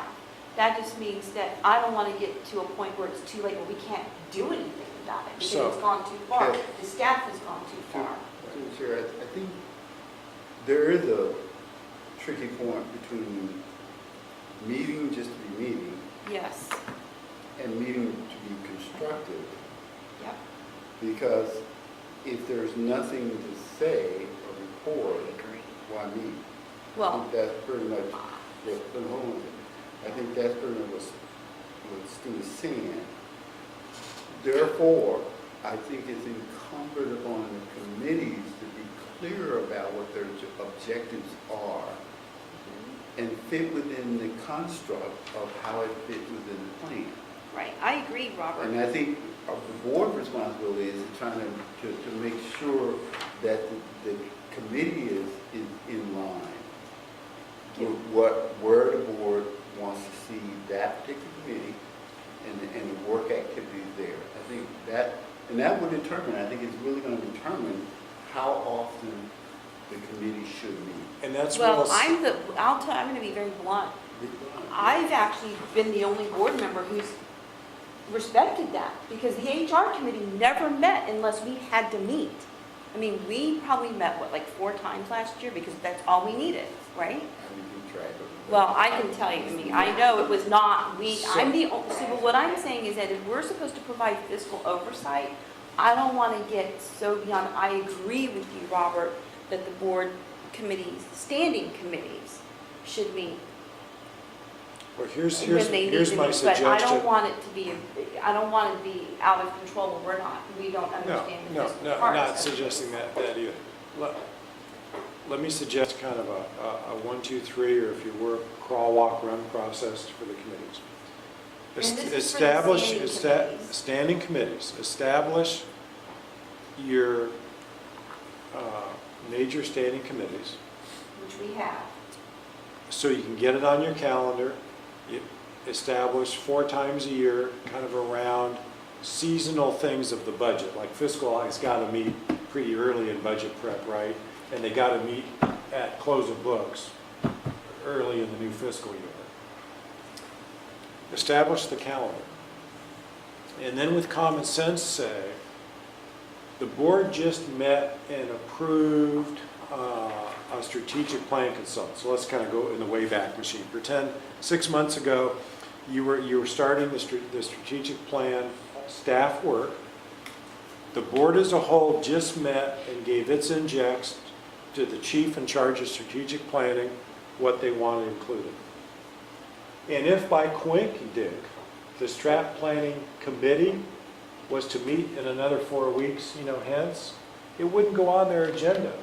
See, it's too soon. The board of the whole just gave its direction. Strat plan is just starting to come out of the blocks. But when your big issues get to 50% completion, I'll use this as a tripwire, Chief. When you get to 50% of something, check in with the standing committee. It's a check-in. It's not a report back to the board. It's a reflective check-in. When you get to draft finished work product before going on the board agenda, bring it to the committee. And at that point, the committee should be required to take an actionable item to endorse or not the product before them. They move it to the board for full board consideration. Okay, so, So there's two policies, if I hear you. One is to kind of look at a minimum time a year, maybe 4. minimum. 3, pick a number. Minimum. And then the second policy would be, or procedure would be to, you mentioned 50%. Once we get to a 50% level, then we meet, and that could be 2 weeks down the road, who knows? Assuming it's kicked off, so that scenario begat something really big. It was in the budget plan, and it was kicked off at the October board meeting, to put a face on it. Or, under matters initiated, somebody comes up with an idea, chief comes in and says, here's the cost of it. Chair's direction says, chief, we're going to get the votes here to start down this path. We don't have a lot of time tonight. Chief, would you take that to strategic planning next meeting for more input before you start writing the RFP for the consultant? So you always have the right to delegate a task to a standing committee. If you run out of bandwidth, don't have clarity as a board of the whole. I'm just trying to remind all of you that the power is in the board of the whole. Right. And to, on the major things, tell the staff and the committees what you want. Have the committees check in at 50% and 95% of effort, that you're all in alignment with the will of the board to begin with, not the will of the two. If the board started down the path and 3 to 5 people said, this is this work program, the committee's there to inject what they hear from the community and to reflect that the will of the board was, hey, wait a minute now, what do you mean we're going to Abilene? The will of the board says we're going to El Paso. How did this thing start to go to Abilene? Okay, so I'm looking at this ad hoc committee that we have for Station 1 in the training tower, which I think is, the issue is very important to the board. And so I think that it should probably be a standing item on the board agenda and any direct, just for updates, which we've done with Station 6 in the past. And that any kind of direction we give to the board or to the chief, if there needs to be vetting within a certain committee, that issue go to the strategic planning committee. So would something like that make sense? Because I want to disband the ad hoc committee at this point. Well, my coaching suggestion for you to be on all issues, avoid ad hocs. You're starting to come, because 2 things. Remember, if we were to diagram process again, if it starts at the board, and things should. If it goes to one committee, then another committee wants it, then another committee wants it, then the first committee wants it. How do you get it out of the decision, advice, feedback loop back to the full board? And I think the more ad hocs you have, you kind of complicate this where's it go next thing. I would suggest from here forward, ad hocs are reserved for the asteroid strikes that don't fit any pair of two directors cleanly. Okay. In other words, if it's a fiscal HR strike, give it to finance, give it to HR. If it's some community service level impact thing, give it to planning, give it to your planning. If you really think it's, wow, something happened at the Acmeville meeting, and you want two directors and the chief, most familiar with that issue, to go do an ad hoc. But if you enable an ad hoc, in the healthy organizations I've worked with, healthy governance, the ad hoc meets once and reports back to the board of the whole. It's doing something in between board meetings that all 5 of you don't have to do or don't have time for an entire special meeting on. Right. But they're doing some roll up the sleeve research, reflective policy work with the chief or his designee. Or Okay. maybe an outside consultant, outside counsel or something. So the definition of the ad hoc, I don't think is very well laid out in the board policy manual. Yeah, but. So we ended up with an ad hoc that was trying to be a committee Right. that was going to generate more work in some ways. So why not just leave it in the committee that it was in versus then there was a discussion about adding members of the public and all these different things. Which is not in the purview of the ad hoc. I know, well, Right. Stu and I discussed it, you and I discussed that. I Yes. mean, again, it doesn't make anybody a bad person. What it is there's a tendency to go there because you really don't have any guidelines on how this should work.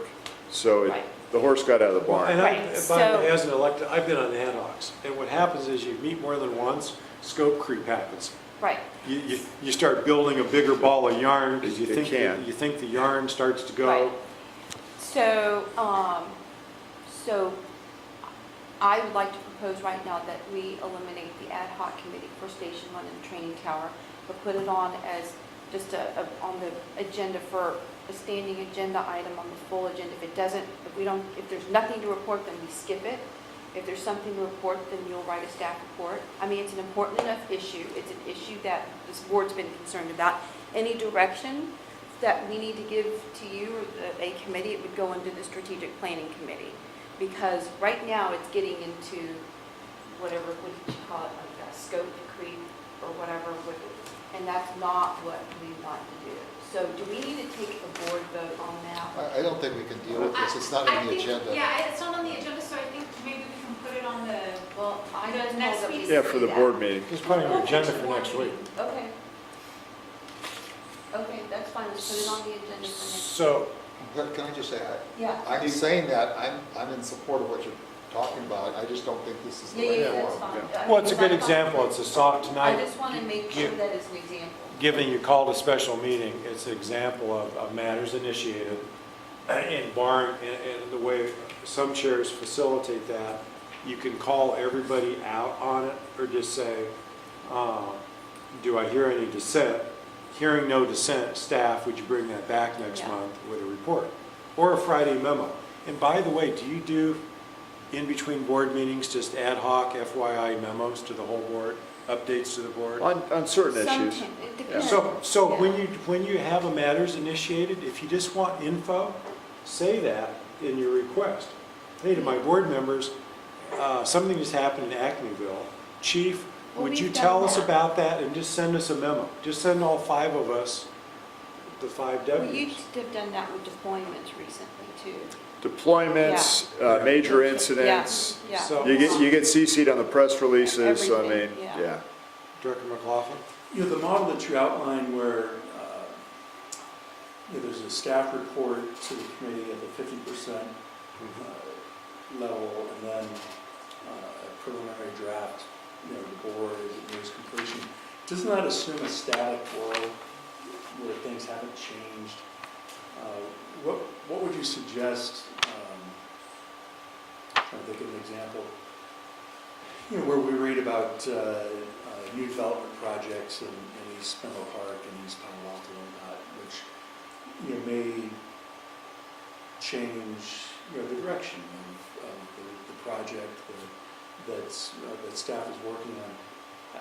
How would you suggest that type of So, change? that's not a good question, it's a better example of a thorny complications you have as a special district without any land use authority.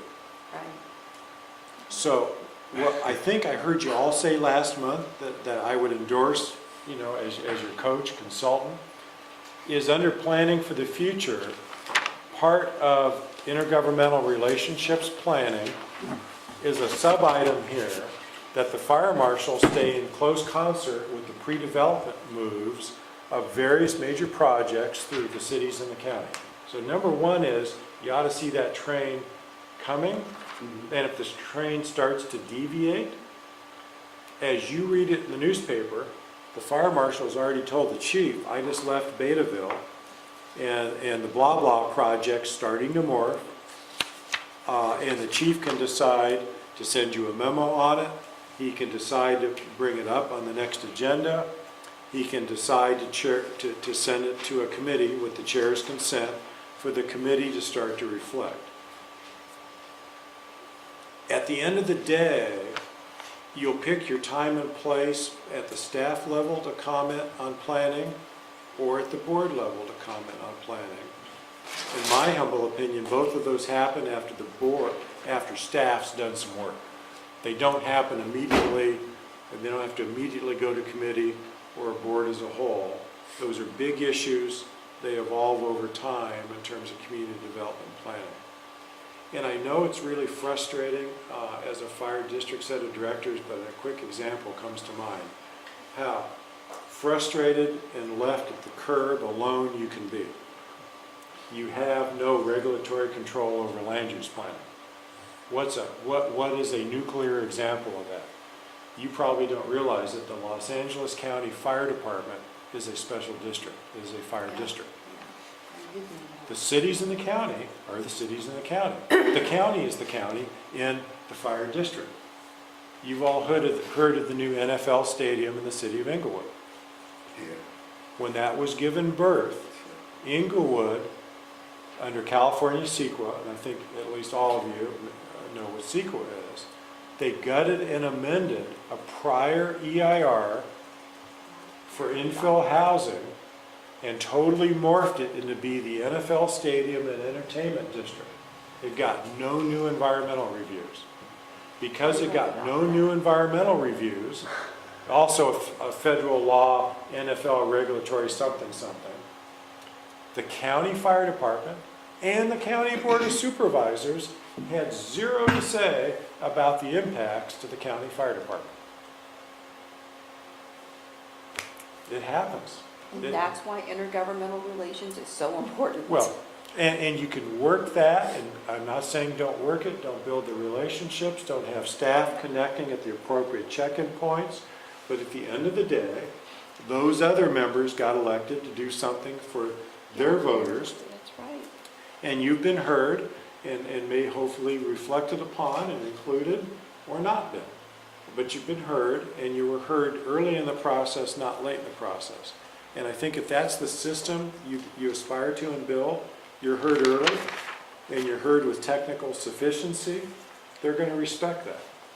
If you come in late and passionate, maybe not technical, guess what most humans would do?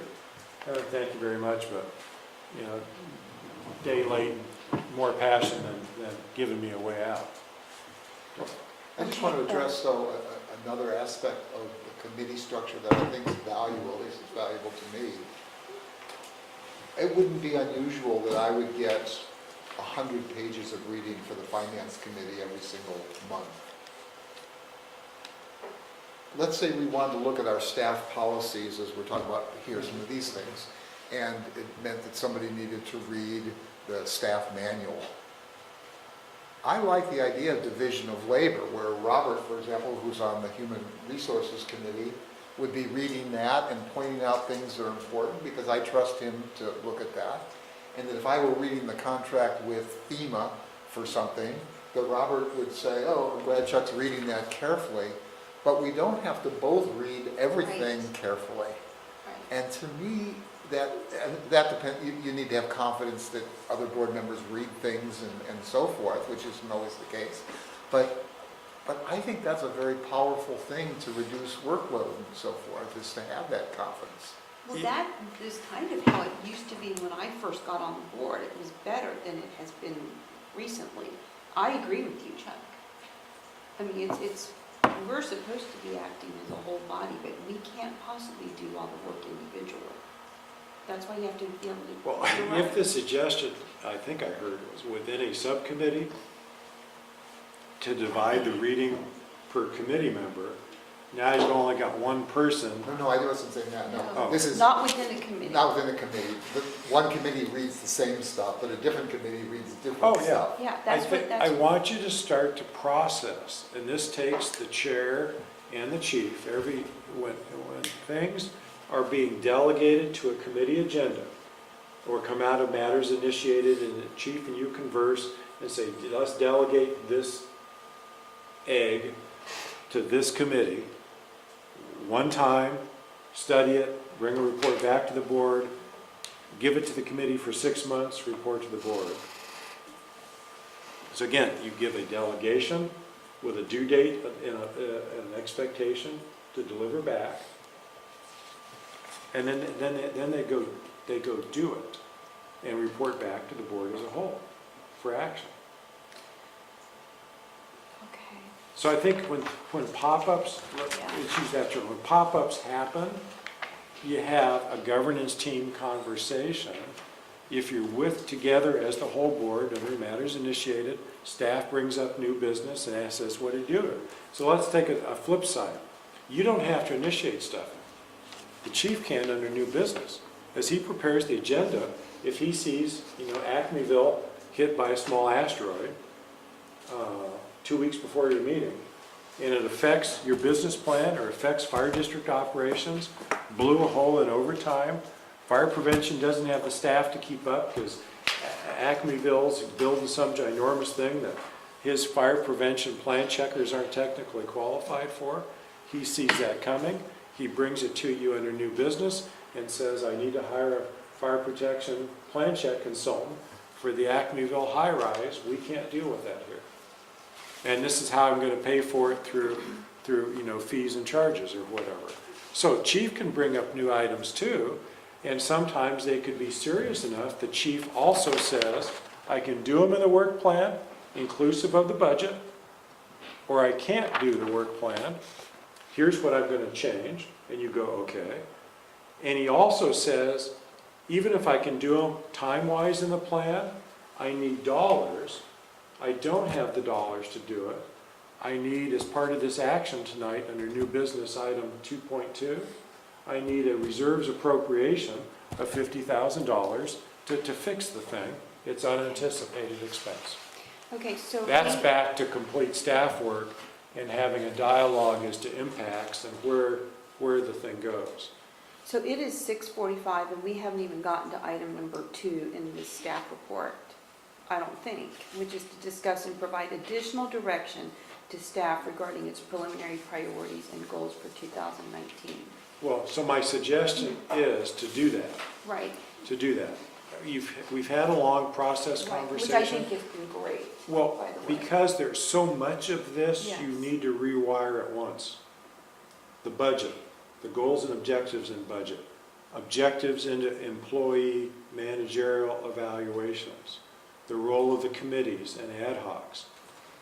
What I respectfully think you should do tonight is look at the objectives under your 6 themes. You bought off on the 6 themes last time. Do you think, and I showed you my scribbles and checklist, I went through all the input as a chief and as a consultant. The chief's been through it. If you think there are now 17 objectives here, did we really miss anything with the 17 objectives? Did we blatantly misword any of those 17 objectives? And if we did, it's the will of the board tonight to fix that.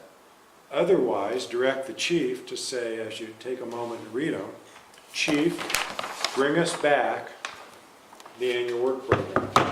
Well, I do feel like, here, it's under prepare a multi-year budget model for operations and capital improvements. So that's under the fiscal piece. Planning for the future would have been under strategic planning or would be known as strategic planning. And I thought that, unless I missed something, I thought we also had capital improvements under there too, right?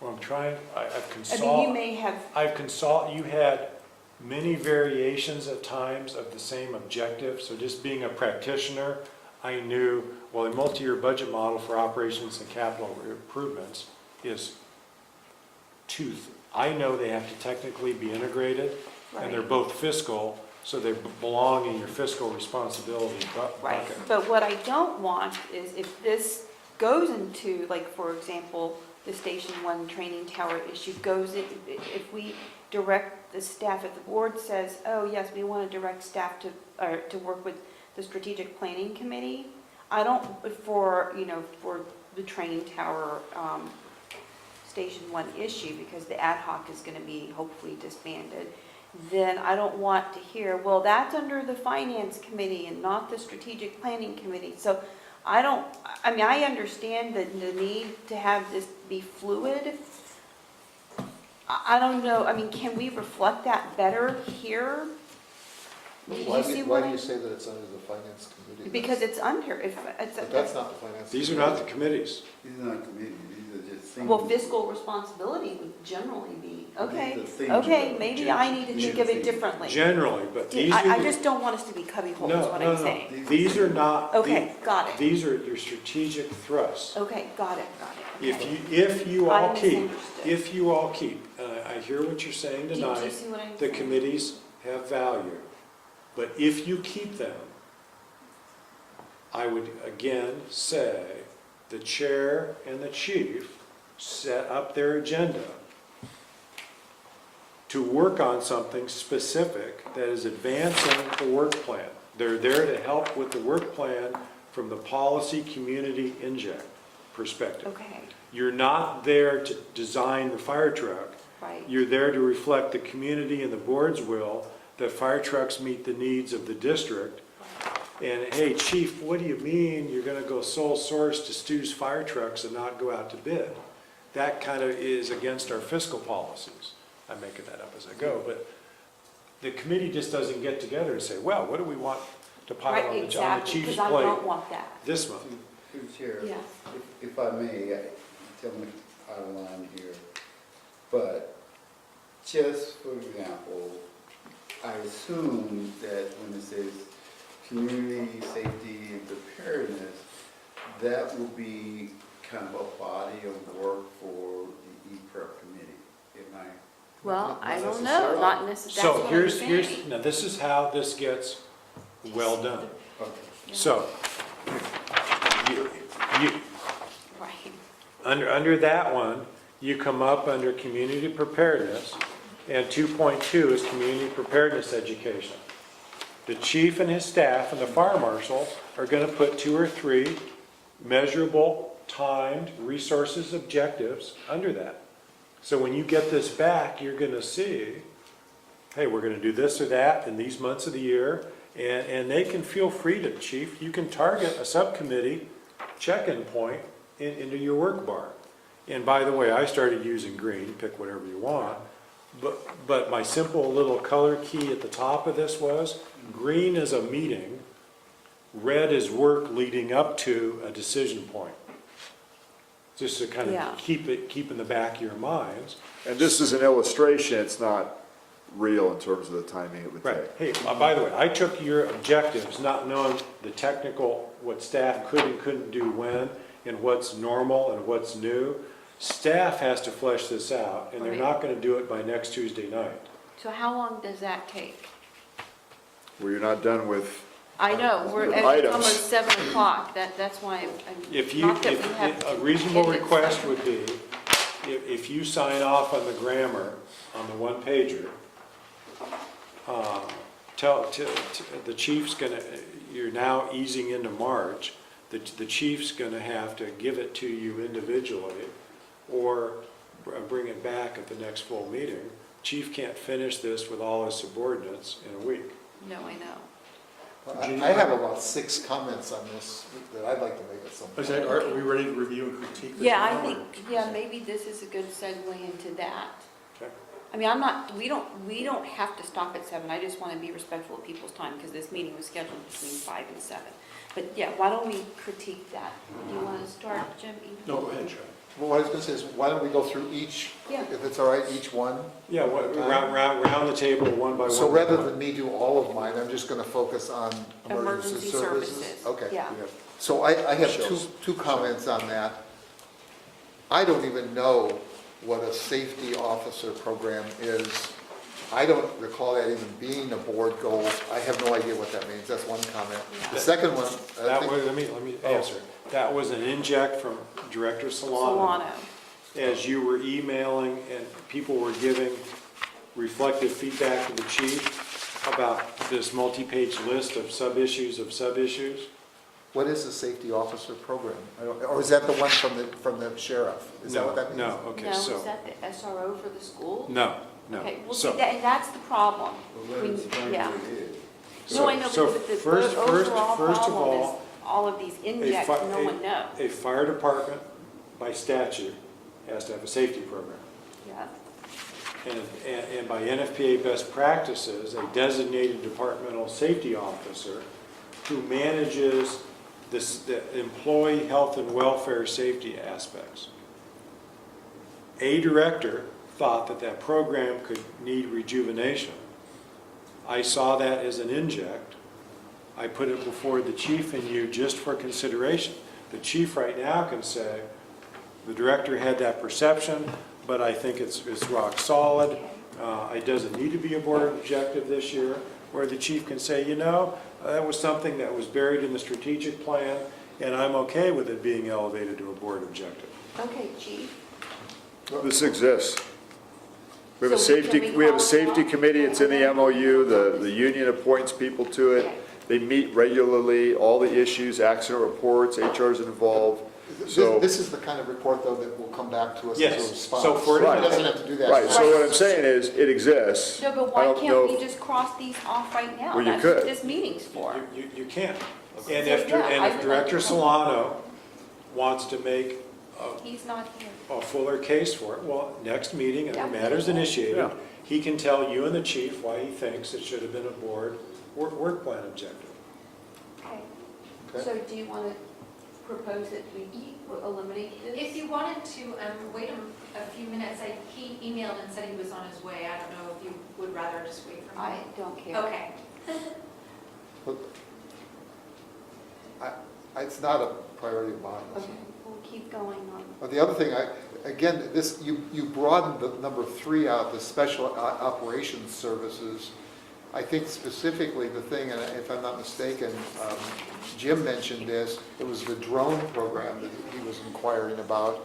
And so my question is, do we want to broaden them and have the chief address everything, or do we want to focus on the parts that actually were raised? I thought it was an opportunity to do two things. If you have other expensive micro-targeted programs, when I say targeted micro-niche things, as the chief and his staff talk about it, the chief will come back to you and say, it's only the drone, or it's Swiftwater Rescue, the drone, and I don't know, the command man. Whatever it is. It's a good time to renew several of these. That's all. And remember, certain times of the year, we'll come back and give presentations on specific things. The UAS program has pretty much been every year in June. But I guess I'm really deferring to Jim here. I mean, you want more information on the drone program? That's something you think we should? Yeah, I mean, the item I included was developing some metrics to measure the program against, to measure it against. I read recently about the military-style drones, the big Predator drones being used on the Northern California fires. Right. How is our program impacted by those kinds of developments? Right. That's where I am going. You know, what are the total costs, or what's the total budget expenditures on that program? Right. Those So those are- that's the additional information I Yeah, those are easy things, as we do our update annually in June, because that is kind of part of a mature program, what's happening, right? How much does it cost? Is it effective? How does it compare? And we can do that.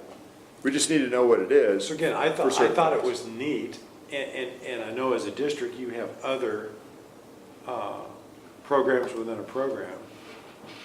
And what you're basically asking is for a cost benefit, an update. And some metrics. And some metrics, which are all great, and choose the words you want right now. You can just say the drone program, or you can say special operations services. The chiefs heard you all say the primary, or the first issue is drone.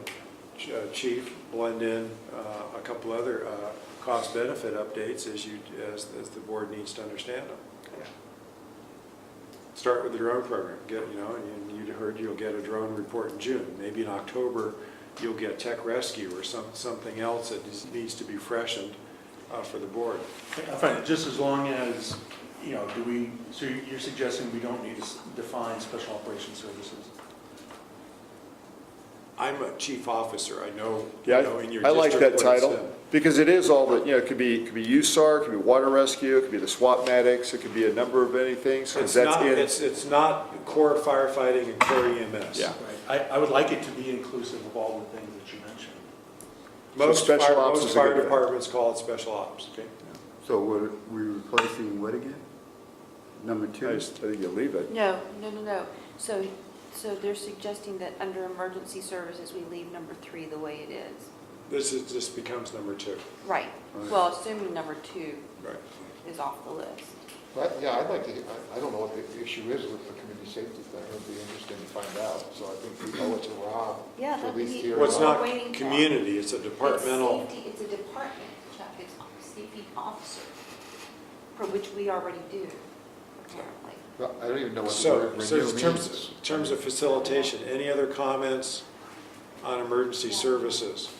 Did we skip anything? Any other words there not make sense? You're okay with the wording for number 3, Jim? I am, sure. Okay. As long as it's understood to be inclusive of all those things. Sure. Robert, Yeah. okay. Chuck, you're okay with, okay. I'm good.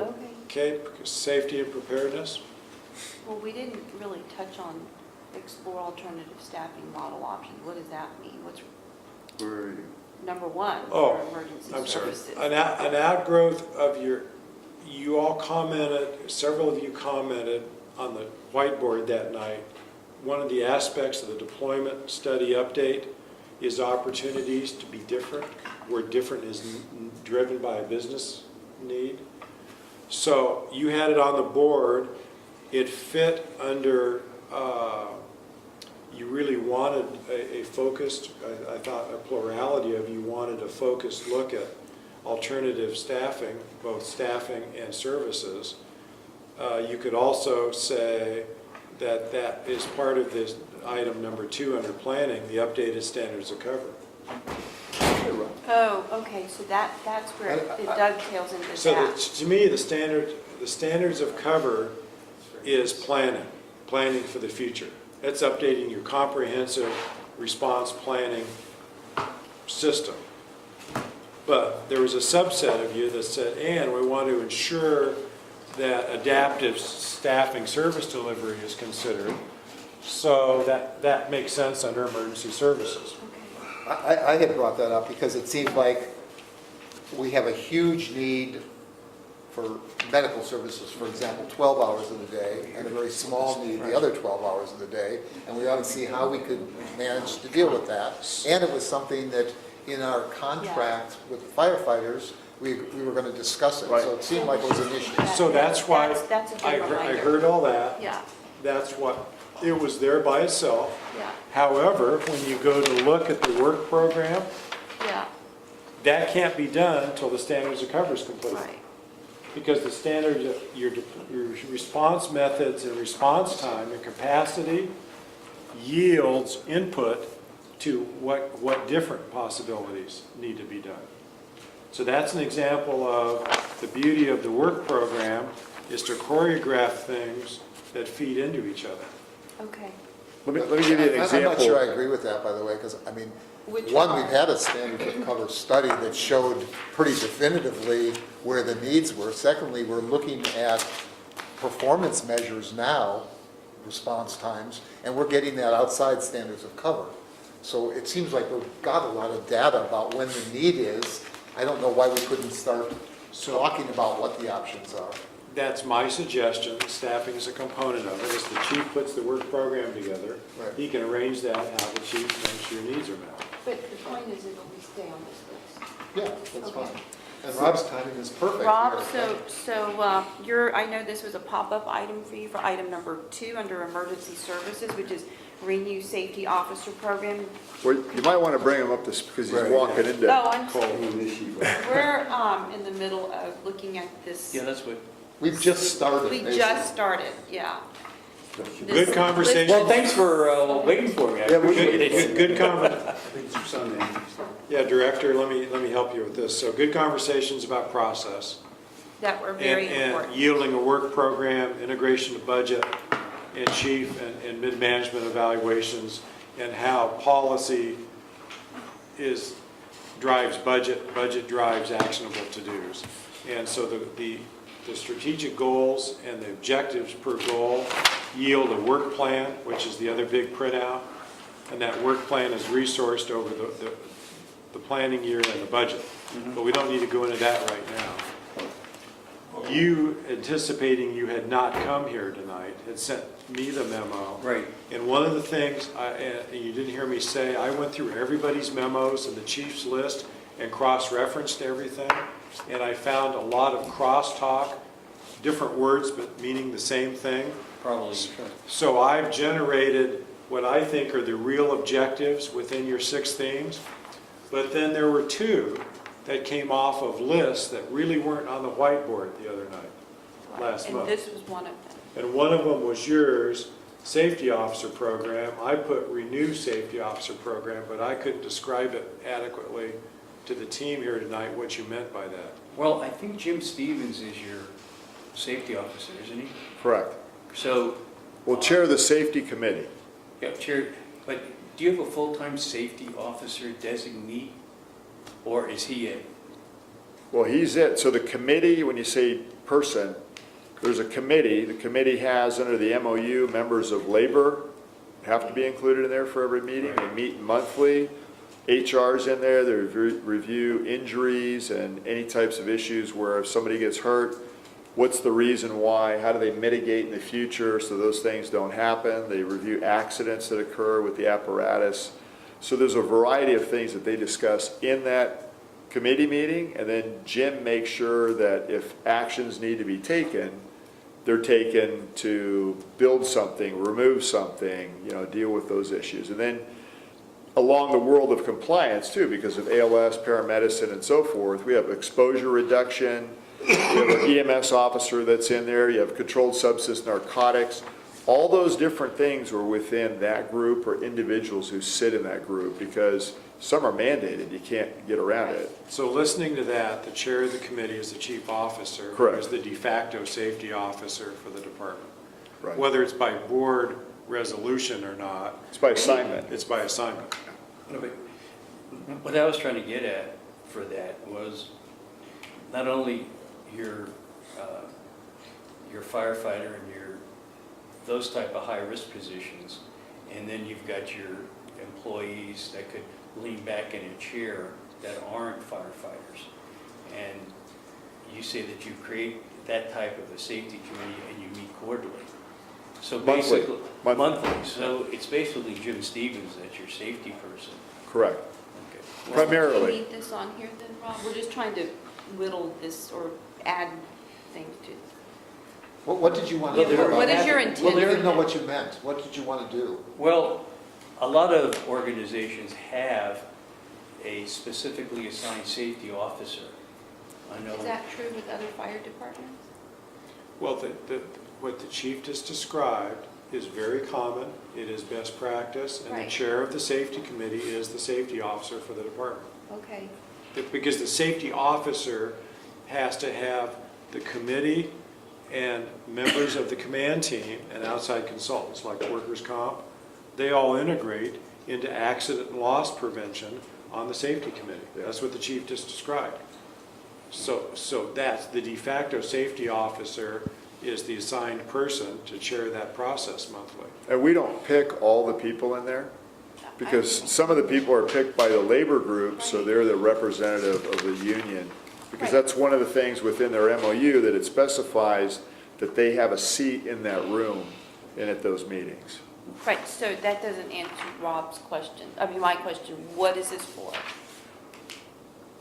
Because it sounds like we have one in place, so it doesn't need to be renewed. Well, you have a code compliant, statute compliant safety program under OSHA with that outline. NFPA would say you have a safety officer of the departmental safety machinery, which is different than the safety officer at an incident that's a designated command post function. So separate those two. I think you've met the intent of OSHA and NFPA by the process described. If the question is, does that person have enough time in the month to do it?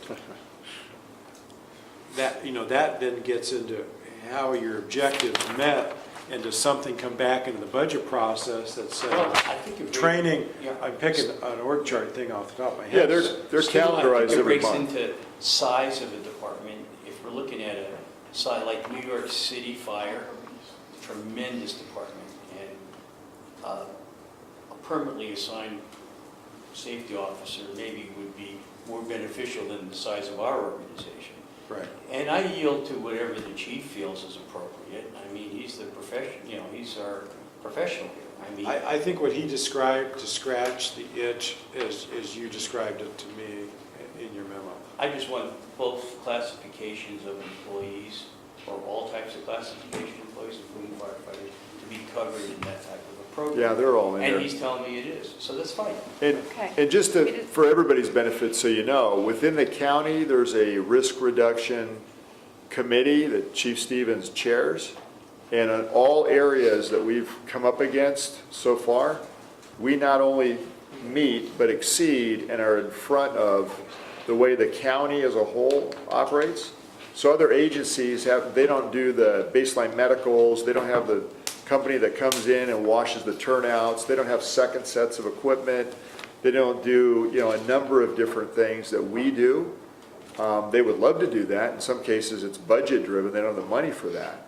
So, in terms of compliance, forward leaning, cutting edge, top shelf, we're there. I only say that because I can now compare it to other agencies since he chairs that committee, and we find ourselves at times, I almost feel bad because we've been doing it for so long that when you see an agency that can't buy a second set of turnouts, can't afford to have things laundered for cleanliness and for risk reduction, I don't think that's a good practice, but then again, I'm not running that show. That's Okay. driven by somebody So else. getting back to this, do we need to keep this on here then, Rob?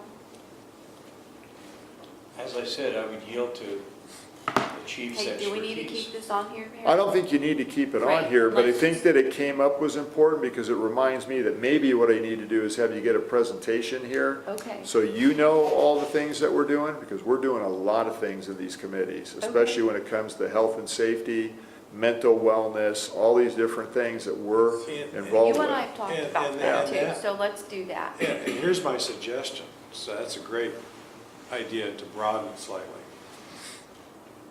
Maybe not every meeting, but maybe so. You also exist as an elected body for audit oversight compliance, meeting regulations.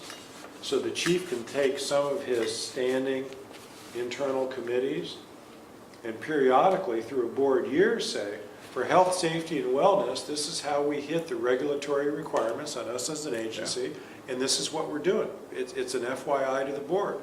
Another meeting,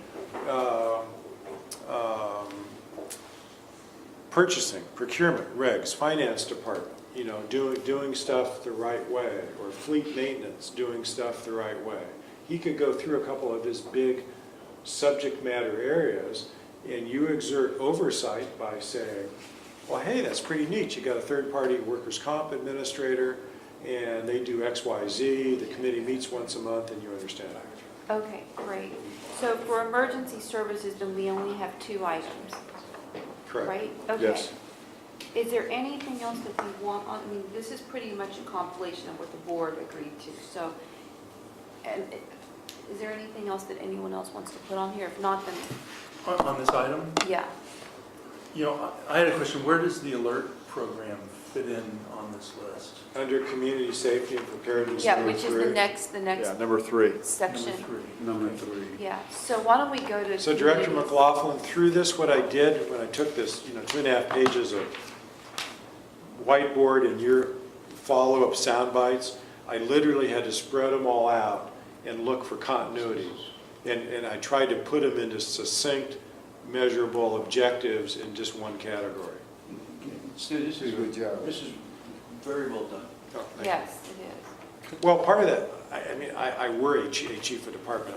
I understand how his machine has to work inside and what subject matter experts go together and that certain compatible things get worked on together, like community notification is an outgrowth of community preparedness, both of which fit your strategic theme of community safety and Okay, preparedness. so I have a process question. Now, on this particular item, will the chief go back and then develop all the objectives? Yes, yes.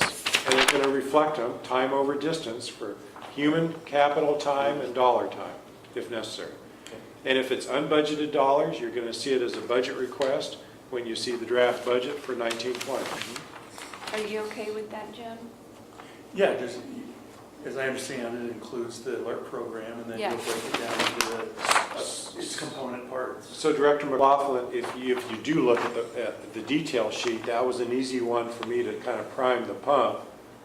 And that's where I said, review the after actions from Camp Woolsey, discuss what technology, revisit, because you're not an island in terms of community alerting. You've got to work in partnership with the cities and the counties. Well, I think I sent, some bills that are in the legislature now, statute passed. So that 2.3.3 could be review regulatory construct. But his team can start to build a timeline to say it's going to take us several months to chunk through that. And once we finish a revisiting, we can come to either a committee or the full board. And what will the deliverable be on that? It will be the report out of, in a gap analysis sense, we are sufficiently dialed and styled for community alerting, or because of lessons learned elsewhere, or a technology change we found out the county is considering, we now want to do something different. And board, here's what different will look like, here's when different can occur, here's what different will cost. And that's back to my overarching scope of complete staff work. Another thing in planning and delegation you always hear is, don't accept the monkey on your back, or put the monkey on your back. So the board puts the monkey on the staff's back to say, go do the research and tell us if there's a there there. Okay, Robert? One of the things on the community safety and preparedness, I'm not sure where it fits. It may fit here. And we just got through having a meeting earlier today, the E-Prep committee, talking about the restructuring of the CERT activities in terms of CERT boards or direction that the group should go at this point. And I'm not sure, I don't know if that falls under. It's number 2, it's a subset of number 2. Okay. And your suggestion now to the chief, the staff's taking notes, is that's part of the work program under number 2. But I wouldn't agree with that, because number 2 says it's education, and CERT is far broader than education. CERT is a whole mission like reconnaissance and so forth. It seems to me it's such an important issue. It's been assigned to a committee. It seems to me it ought to stand on its own. That's the will of the board. You could also strike the word education. Just because it came off a lot of the bullets from last month, you could just have community preparedness and then again program what fits. Let me just make another suggestion that might solve it. It seems to me that the idea of emergency preparedness education is important, And fire prevention education is a subset of that. Of that, yeah, I agree with that. And it seems to me you could have emergency preparedness education, that's important, get rid of number 1, leave And number put it- 2, and then add the restructuring of the CERT program as a goal by itself. And I'll technically disagree, but I'll speak up for the hundreds of community educators in the fire departments in the state. Fire prevention education, be it wildland fuels, safe cooking and heating practices in homes, teaching K-12, basic fire safety, is its own big universe. That is true. A separate universe is disaster preparedness, 72 hours of self-help, subscribing to alerting systems. You see where I'm going Yeah, with so we that? could add a number 4. I think it's to your benefit for your stakeholder communities to be shining the daylight on fires in your agency name. Fire prevention education has a role. Community preparedness has a role. And we're staffed that My way too. soapbox. It Yeah, doesn't, but I mean, we it doesn't hurt to have more categories, but I definitely think that the CERT restructuring is something, it's not an education function at all. It's actually a community organizing function. We could add that on here if y'all are okay with that. I'm fine with To me, it's like the most important thing we should be doing, actually. And that That's is fine with me. Okay, Yeah. so how do you It want should to be word it, separate. Chuck? I mean, Hold on, Chuck, how do you want to? Well, I was just suggesting that we want to restructure community emergency preparedness. Could, Robert? I'm like, category, I mean, it's good, but on the community emergency preparedness, it does include education, and it should include, the CERT is an integral part of that preparedness, so it could just be a subset of that one particular category, rather than a total standalone by itself. That would be my recommendation, just put it as a subset of the community emergency preparedness, which would encompass education, encompass CERT. Well, let me see, this is one of the only ones where you don't have a verb involved, and almost all the other ones have some I struggled with it. action. I struggled with it because all the prior input was somewhat generic. Right.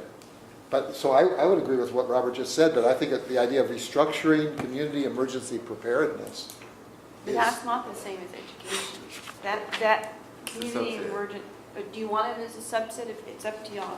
If it- The broad category of community emergency preparedness would take into consideration education, it would take into consideration all of the CERT activity that is. Yeah, but what are we but going to do? The he- question is, but what are we you're- going to do? What are we doing? What do we want to accomplish? And there's no verb there. All the other ones have verbs that tell us. What what's- I'm hearing something totally different. I'm hearing, you're talking about structure, and you're talking about a program. Well, I'm taking his words. Robert said he was trying to restructure the program, and I'm just echoing Well, the his program words.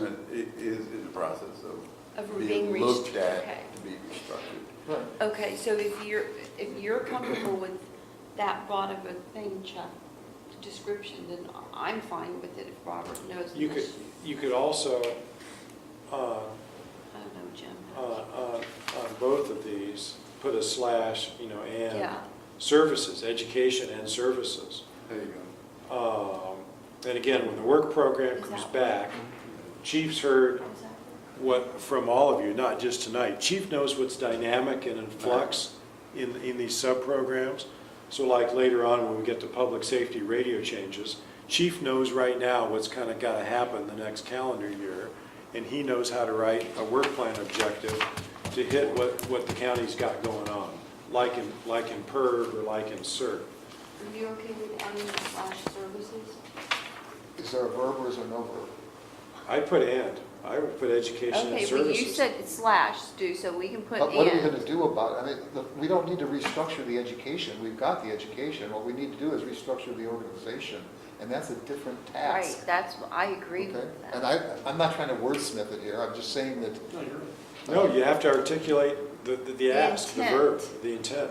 you know, Because most of these are not maintenance of effort. we want to promote community emergency preparedness education. We want to promote that, that's a verb. And we want to restructure the community preparedness organization. And those are the two different tasks, that's all. Are Whether it's you the same- okay if we just add a number 4, Robert? Just so that it's clear. Yeah, I'm okay. Yeah. You just sat through an hour meeting, I think you're pretty clear, I right? agree. Okay, so how do you want to word it, Chuck? I don't want to dictate, but Well, I'm you're suggesting we say suggesting it. restructure emergency preparedness organization. Well, restructure community emergency preparedness. Yes, sorry. And then promote Do they own emergency that? Is that preparedness yours or education. somebody else's? It's there. Okay. Director. I didn't know, I just don't Yeah, know. I think it's Jones is chair of the committee, so, But it's a mental district committee. yes. It's not an acting committee. Okay. It's a board committee. Well, we went through a whole, almost 2 hours of the process stuff, Rob, so, and I agree, I thought we'd be done by now too.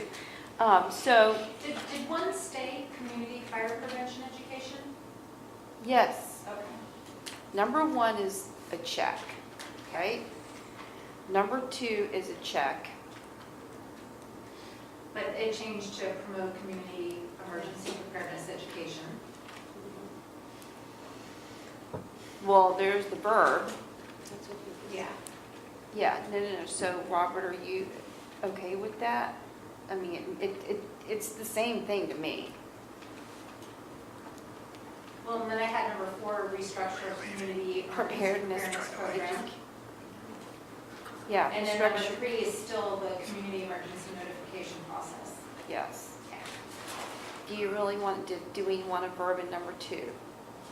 Not that I'm trying to split hairs, but I don't want to have to come back to this, but we might as well just get this process done with. How do you Well, feel about I that? don't know what the goal is. Are we trying to expand it? Are we trying to promote it? What are we wanting to do with it? Preparedness education, if it includes alert, and we've got a whole system under consideration, right? So, Okay, we prepare or promote. Well, back to both, some of you that mentioned it and staff, does it need enhancement or redesign, or is it really just okay? And maybe the work program for this year is it's okay and it comes off. If you don't think you need more Okay. budget resources for it, you don't want to, Or take the verb out from number 4, I call it community preparedness education restructuring. How about that? yeah, I think that's the itch you're trying to scratch, not Exactly. redo ongoing Yeah. efforts. Right? Yeah. Because it is going to be a restructuring, Chuck. So number 4 could be community preparedness education restructuring. Well, you delete number 2. You don't need number 2. No, because we're doing community preparedness education too, which is not the same thing as restructuring. But I'm saying if you don't have a tactical objective to do something different that needs staff and money different, it doesn't belong on the work program. It's ongoing. So even though there were sound bites last month that mentioned prevention and preparedness, they are also ongoing. They're reflected in the budget. but I think the change this year is the large fires up north and just, Right. some of the new legislation that's Then, come into effect. then here's what I suggest. Update the community fire prevention education plan. Update the community Okay? preparedness plan. And then the chief's going to come back and have those specialists tell you when in the plan year, based on new events, very good. They'll tweak the plan, and he's going to get to them really quick and say, my budget prep's Sure. half-baked. If you need more resources for 1920, get it on my desk in 4 weeks, or hold your peace for a year. Well, if we're focusing on changes, then we're clear. I'm not sure we want to do anything in general in fire prevention, but we may want to do something in terms of wildfire fire prevention. Let prevention study the breadth of it and come back to you. It's certainly, wildlife certainly, Chuck, part of that, it's well said, but I don't want to, I'd like, to- at this point of your annual cycle, don't overly constrain staff either Right. by giving them micro targets unless it's a critical micro target. So I think the Unless point you- was well taken. Things are changing in the new normal. Right. Let's have staff update our fire prevention, our education outreach, our notification outreach, and e-PERS, whatever you call it. Okay. That's, So then we'll add that language and then add that number 4, community preparedness education restructuring. And keep number 3 with community emergency notification process.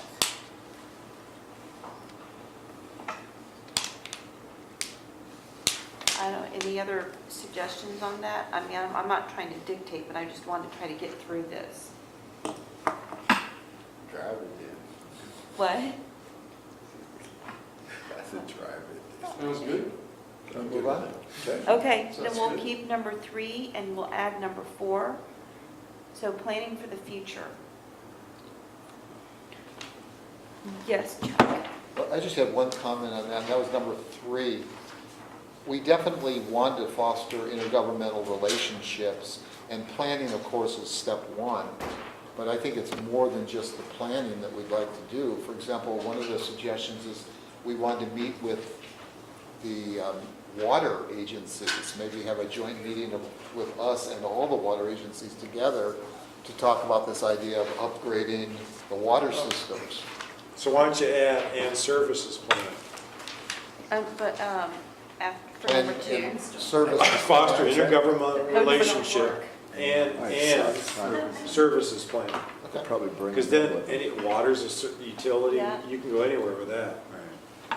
Okay, And then again, chief knows kind of at the granular level that I don't, I couldn't ghostwrite all this for you. Hey, yeah, we need to get with the East whatever water district on blah, blah. We'll get to that in 6 months. If they'll meet with you. There it was. Yeah, that's where you come back and report personally and say, can't happen. I know those that don't want to meet currently. okay. And then I heard from a couple of you on number 4, again, I don't know that there's a there on regional public safety changes. Is that track, monitor, participate in? Is there anything really going on? You talking about radio? And a couple of the comments I saw in writing were like new CAD, but county dispatch has already selected the new CAD vendor. The implementation's underway. I think if you take out radio, it makes sense because there's a number of regional changes that are constantly going on because things evolve around us. But to make it specific to radio, it doesn't make as much sense. So, and they're doing an analog and digital. Some areas depend on the analog, So are you, because digital is inept in some areas. But in the so are you consortium, saying that's to all remove it? well Carol? underway. Are Oh, you yeah, saying it to is, it remove is. number 4 under this section? No, I don't think you remove it. I think that you take out radio because it constrains it. I think, Yeah, for I agree. example, San Mateo County Consolidated was just created, which is merging different fire agencies. Yes.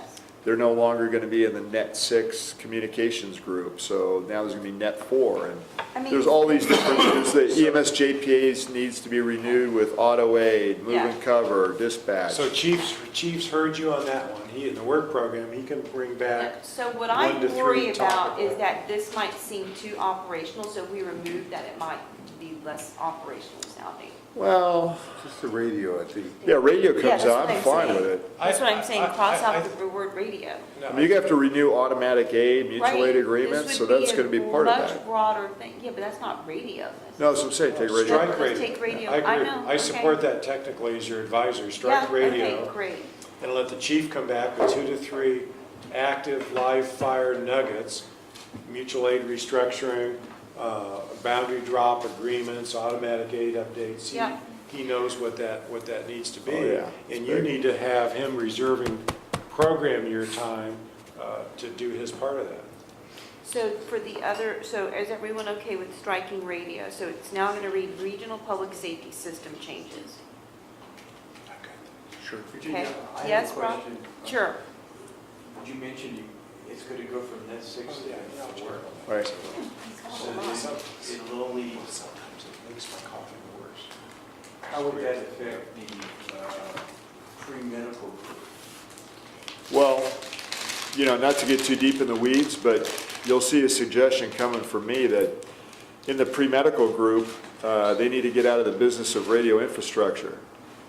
And yet, Net 6, or now soon to be Net 4, is in that business of infrastructure. It's the chiefs group that's been in place for 20 some odd years that actually started the whole countywide dispatch system, countywide automatic aid system, which unfortunately has morphed, and your North County entities don't have enough money and never had to do communications infrastructure, so use grants, then couldn't use grants anymore and somehow weaseled their way into the EMS agreement to pay for radio communication infrastructure, and now are sucking the funds out of that where it should be going to EMS. It's not going to EMS, it's paying for infrastructure.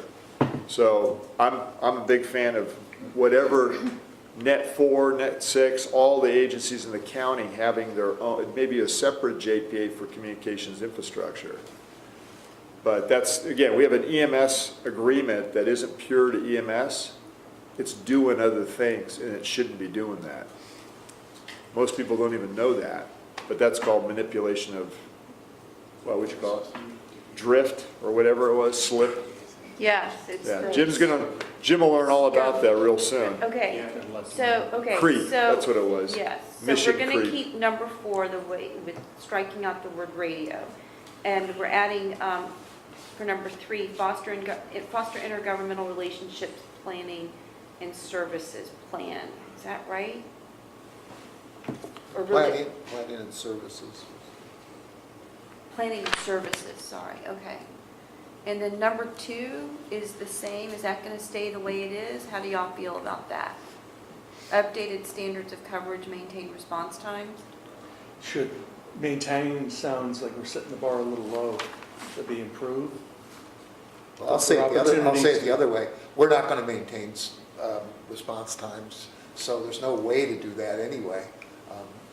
I mean, they're declining over time, so I'm not sure they should even go But in shouldn't the there. goal be to improve them?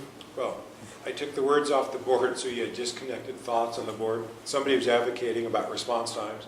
Somebody's, but you're doing a response update study. You can just say updated standards of cover, and it covers all that. Yeah, let's just. No leave pun it. Yeah, intended. okay. You're going to understand what is and isn't possible Yeah. for response times and for different types of services. So we'll strike out maintain response time, because I agree, the standards of coverage almost implies that It's response umbrella. times is an issue. How do you feel about that, Jim? Fine, that's fine. Robert and Rob? Okay, strategic plan finalization and adoption? If you're okay, is everyone okay with that? Sure. Okay, Robert? Have you seen the draft? But Okay.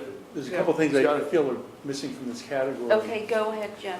Accreditation, would that fit? Well, we're doing that anyway, right, regardless of this. Isn't that Yeah. what Manny's trying And to they've do? adopted it as a. But if this exercise is to declare board priorities, I just asked the chief, because I didn't know in the last month, you've seen the strat plan, and you've made the commitment for accreditation. Oh, yeah, board's all in. I think Yeah. that's a good number 5. Okay, perfect. So how do you want to word it, Jim? Just pursue accreditation would be the right way to say it. Complete accreditation. Yeah, complete accreditation. It's supposed to Are happen you this year. okay with that, right? Jim? At the beginning of next Complete. year. Correct. Yeah, he's already laid out the timeline. Okay. and then I don't see anything related to facilities. Well, so that's what I brought up earlier. That was under the next category, the So, capital improvements, but I think it's different from what you and I are thinking about. maybe not. So, Oh, I think it's a subset. When you get to fiscal number 1, you need a facilities plan before you can budget for capital facilities. If that's where it belongs, as long as Yeah. it's on the list and explicitly. Okay. That's right. That's what I think So too, at but I number don't think 4? that number 1 is necessarily clear on that. But I don't know. I mean, you and I are, I'm fine, as long as it's, understood that it includes that, if you want to, as long as it belongs either in If- fiscal responsibility or planning. So, yeah, a capital facilities plan is somewhat big, can be somewhat expensive with moderate cost, complex, definitely. I would add it to, I would add it under fiscal responsibility as its own standalone. Complete a capital facilities plan or complete an update of a capital facilities plan. Click number 2, then prepare a multi-year budget model for operations and CIP. I think after having the finance committee meeting the other day and listening to the 2 directors in there, I think Kathy and I are pretty comfortable with what you want to do and how we're going to do it. I know the rest of the directors weren't there to be a part of that conversation, but I mean, it was, It those are- didn't those come are out of good. the blue, Harold. That was from last month. no, I understand, but I'm saying it clarified for us, because when you start saying multi-year, 5-year, 10-year, I mean, right, then we started getting nervous about, well, how do you even do that? But identifying some of these issues on fleet and facilities is a lot easier to do. Again, the dashboard one-pager, which Director Bernstein had mentioned he was looking for, so. Yeah, and it makes sense to me to put it there. The other thing that's hanging for me is we've talked about doing a fiscal review in support of a reexamination of impact fees. Yeah, that's a good one. That was actually I in thought that was the, already ongoing. that was actually in last month's, That would be the under fiscal responsibility yeah, but also. where does it fit? Okay, so wait, so before we go to fiscal responsibility, because that sounds like that's going to fit under there, can we just close out planning for the future? Is everyone okay with the 5? I thought we'd done that. No? Well, no, because Jim was, I thought he was bringing it, I just want to close out that so we can move on to fiscal. I'm good. Yeah, we were adding accreditation, so. Yeah, the Yeah, the other ones number are on 5, the Michelle, fiscal. is complete accreditation. Okay, so then now we'll go to fiscal responsibility, which includes this capital, the capital plan that we just finished talking about, and then the impact fee thing, which I know was a part of the discussion last month. Let me suggest, Yes. if we want to simplify this, instead of capital improvements, we could call it capital expenditures. How about I like capital that. plan? And then get rid of number 3, because capital expenditures includes facilities, apparatus, equipment, everything. Jim, On how the do you- model how do you itself, feel?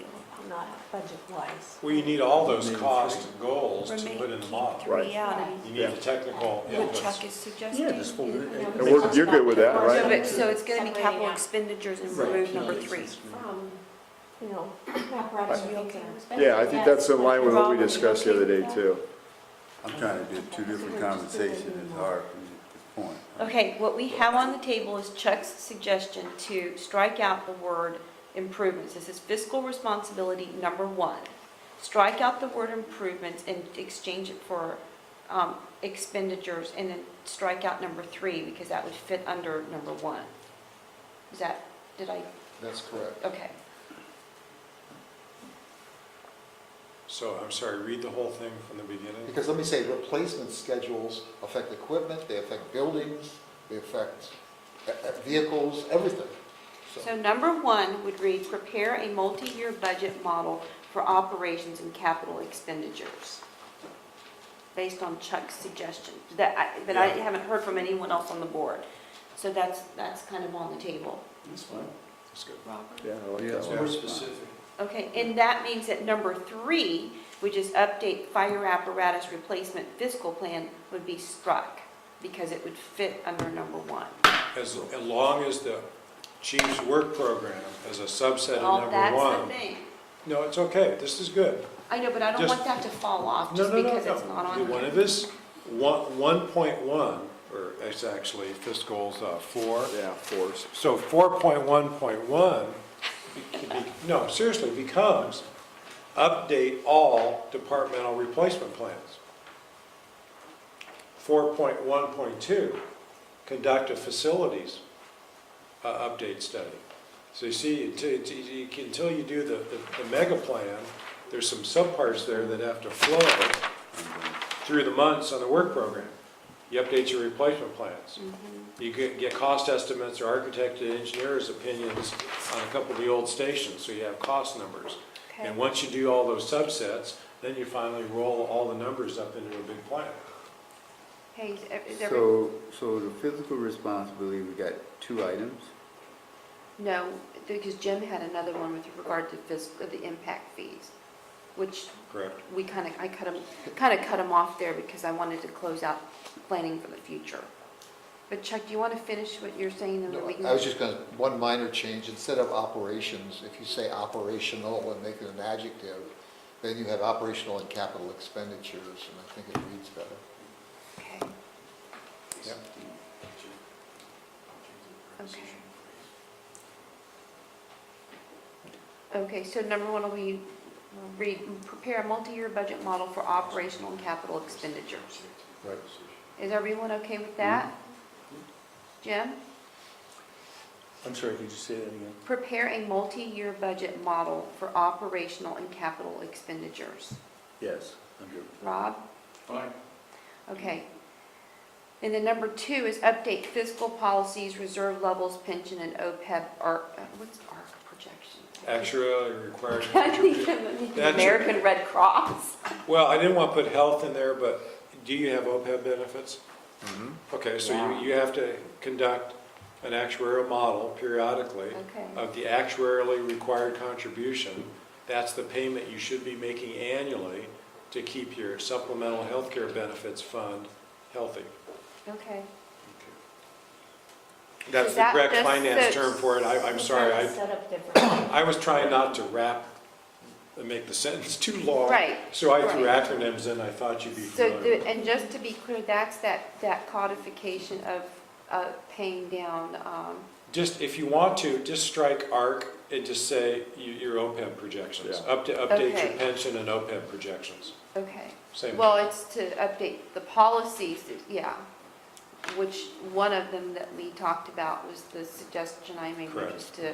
Policies, correct. Oh, that's true. The because policies from the because- best practices of because you're- paying down our Or you can- unfunded. Right, you can pay faster than the ARC. Right. ARC's the minimum, that's I like, just wanted to make sure that intent was there. interest, Jim, if you're not, it's like, be like an interest-only payment. Okay, is everyone okay with that?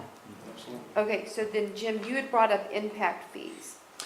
Just my thinking behind that is, several years ago when the board attempted to gain approval from our surrounding jurisdictions or our constituent jurisdictions, as I recall, they came back and said that a missing part for them was a fiscal Update. review or analysis, that would identify, is there a gap in funding given all of the development, given the property tax revenue that will increase, and just putting some numbers to that, some analysis. Will there be a gap? Will we be able to fund the increased equipment, personnel, facilities that we'll need to meet these new demands for service? So that's my thinking behind that. So how would you want to word one of these items? Conduct a fiscal review that will support There you go. an argument for or against impact fees. So Stu and I were talking about, we use the word review as well, because I think one of the things when you talk gap, because not everybody seems to understand what was done, is that you waive residential. So we'll never, under the way that we did impact fees, we abandoned residential, just went for commercial, and then we also gave waivers for existing square footage, which was never, part of some agencies' impact fees. So you have a very Narrow. small impact fee, Yeah. but it's focused on new development. And so it isn't truly cost recovery, because it can't be, because you got rid of residential and you made other stipulations in there. So I think review of it, just so everybody understands what was done, because that's going to be, in my mind, a lot more simple than doing everything that we did before.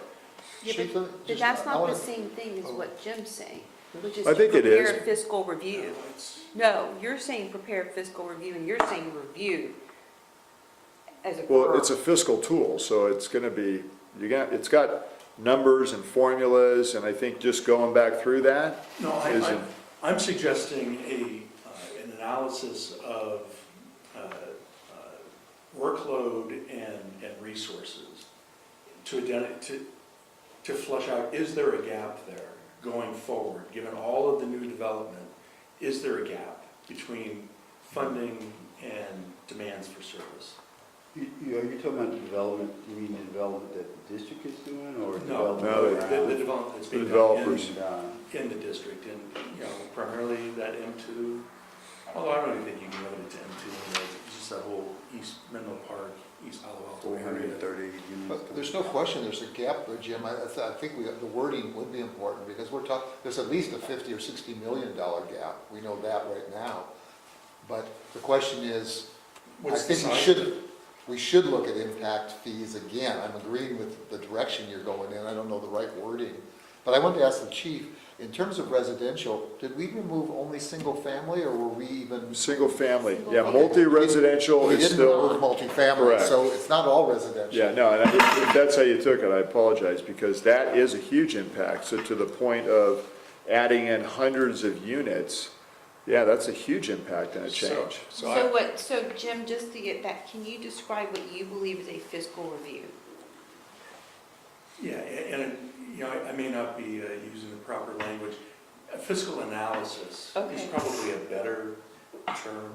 Analyzing anticipated revenues, anticipated increases So- in costs. Gap analysis. Okay, conduct an updated impact fee analysis, is how to say it.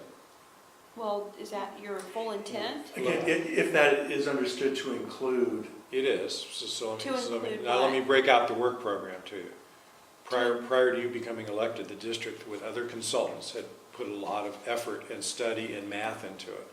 I think the chief should bring that before a standing committee. Have the standing committee updated as to the work done to date. That work has already grown stale by some of the community zoning evolution, right? Oh, yeah. And then you're gonna probably have to go back to the impact fee consultant and say what it's gonna cost to freshen the stuff. So I think there's several steps there, and under the words I just used, it would be appropriate for you all to understand the foundation you already have, Okay. what's eroded by ongoing zoning changes, development, not zoning changes, but development approvals. Right. There's gonna be a gap, have you understand the gap, and then have a study, a dialogue of how to fix the gap, if at all. Because one of the ways to close the gap, as you mentioned, is, well, if we bond debt for things, is the AV increase alone gonna make the bond payment? And if no, then you come back, and that's classic impact fees. Well, I need to collect an impact fee because I can't front load the debt, or I should not front load the debt on 100% of my ratepayers, because it's only a bubble of the district that this impacts, an extra company, station, ladder truck thing, and therefore the benefit, the impact fee has a zone. And then the finance people will say, will the zone AV retire the bond debt? No. Developer X do an impact fee. So it's complicated under the laws of the state, but the way I suggested phrasing it, I think the district needs to almost have that be an annual or a biannual update, because as the communities evolve, Yeah. you're always chasing what is the gap. So what exactly how did you word it, Stu? Michelle, did you get what I said? No, I started to write it and then I That's what lost I'm it, worried so. about. Hopefully you can Just recreate it. conduct At least you're honest about it. Conduct an impact fees update. and I think you outlined and captured the subject very well. I know we're not supposed to prioritize things, but I will just voice, I think we have no higher priority, given the level of activity And the and fluidity. development. Yeah. I can't pick up a newspaper without reading about a new 483. 300-unit complex. So the chief hears that, knows his consultants and the work done to date. He knows his team's ability and the consultants to spool back up. So when he comes back to you with a work program, he spent more than 2 minutes thinking about that. He's talked to his team, he's maybe talked to the consulting and the legal advisors, and say, what set of months here can we all frankly turn the wheel again? Can I add, though? I Yeah. think, as a general rule, I think you stated this very well and outlined it. I would hope the chief would not go back to the former consultants. because I agree with you. They Okay, were well, terrible. They I'm didn't not know- trying to get into that Right. tonight. No, but I want to be clear, because they killed it. They No, did- I didn't say it, but I feel the same way. Okay, so so we have. The three chief will things. program doing what you need to Yes. get done, and program it and front load it to the degree possible. So let's just say, for the sake of discussion, procuring a fresh consultant injects time at the beginning, but that doesn't mean he's not working on it. Right, and that's part of this conduct impact fees analysis update. Well, and I will also refine it to what I told you, because I think the lessons we learned moving through with who would have acceptance, who tried to defer it, who blew it up. I mean, the city managers all having this meeting together to kill it. Yeah. But, you know, in the world of sophistication, please understand, the city still will not adopt it. They're technically the ones that should, but at they least won't, we have the because, documentation for it. but it's also who you're gonna ask. If you waive residential, Atherton's off the table right now, okay, for single-family residential. Chief, So those are I things you think- get. I think you're going a little too far. No, but I'm just saying, that's how I'm gonna come to you, because again, what happened last time, the perfect storm was, they're gonna come back, you got reserves, your property taxes, we're gonna get punched in the face, there's not gonna be If we'd acceptance. had a good study, we could have filed a secret Well, lawsuit, and they so- would have come back to us. So here's, okay, wait. Okay. First of all, getting back you're to off number three. agenda. Yes. True. And so, here's the coaching point. This is complicated. This is why the chief, not you all, does the work plan. That's right. And on something like this, the chief may well say, I've got to start this. Baby step number one on the work plan is to brief the new board, the reconfigured board, in a formal agenda setting on the history and the work to date on impact fees. And the board's going to give direction to the staff on next steps. And then the chief will implement the next steps. Secure a consultant, get a legal opinion, go home, do nothing, whatever. So that's the kind of thing that chief's got the backstory. Tonight in objective writing, the chief's got to sit and say, how do I step off the curb on this one? Oh, I got to do this first, then that, then that. And that's why this plan is elastic, in that some of these are single row things, some of them have 3 or 4 dependency subsets to them. And I know that we try not to give priorities, but actually I would very much agree with Director McLaughlin, this is one of your highest things, Yes. because whether we like it or not, it's coming in mass. Yeah. And there's no turning it back, and, you know, we're not sleeping at the switch, we have a process, we have, you know, an issue, we have things in place, but if we want to refresh it, want to take another look at it, yeah, we're going to need to do some things very quickly. So, on topic, the chief and this team, as they prepare the plan, first of all, have to cement the things that have regulatory compliance dates on them, like adopting a balanced budget.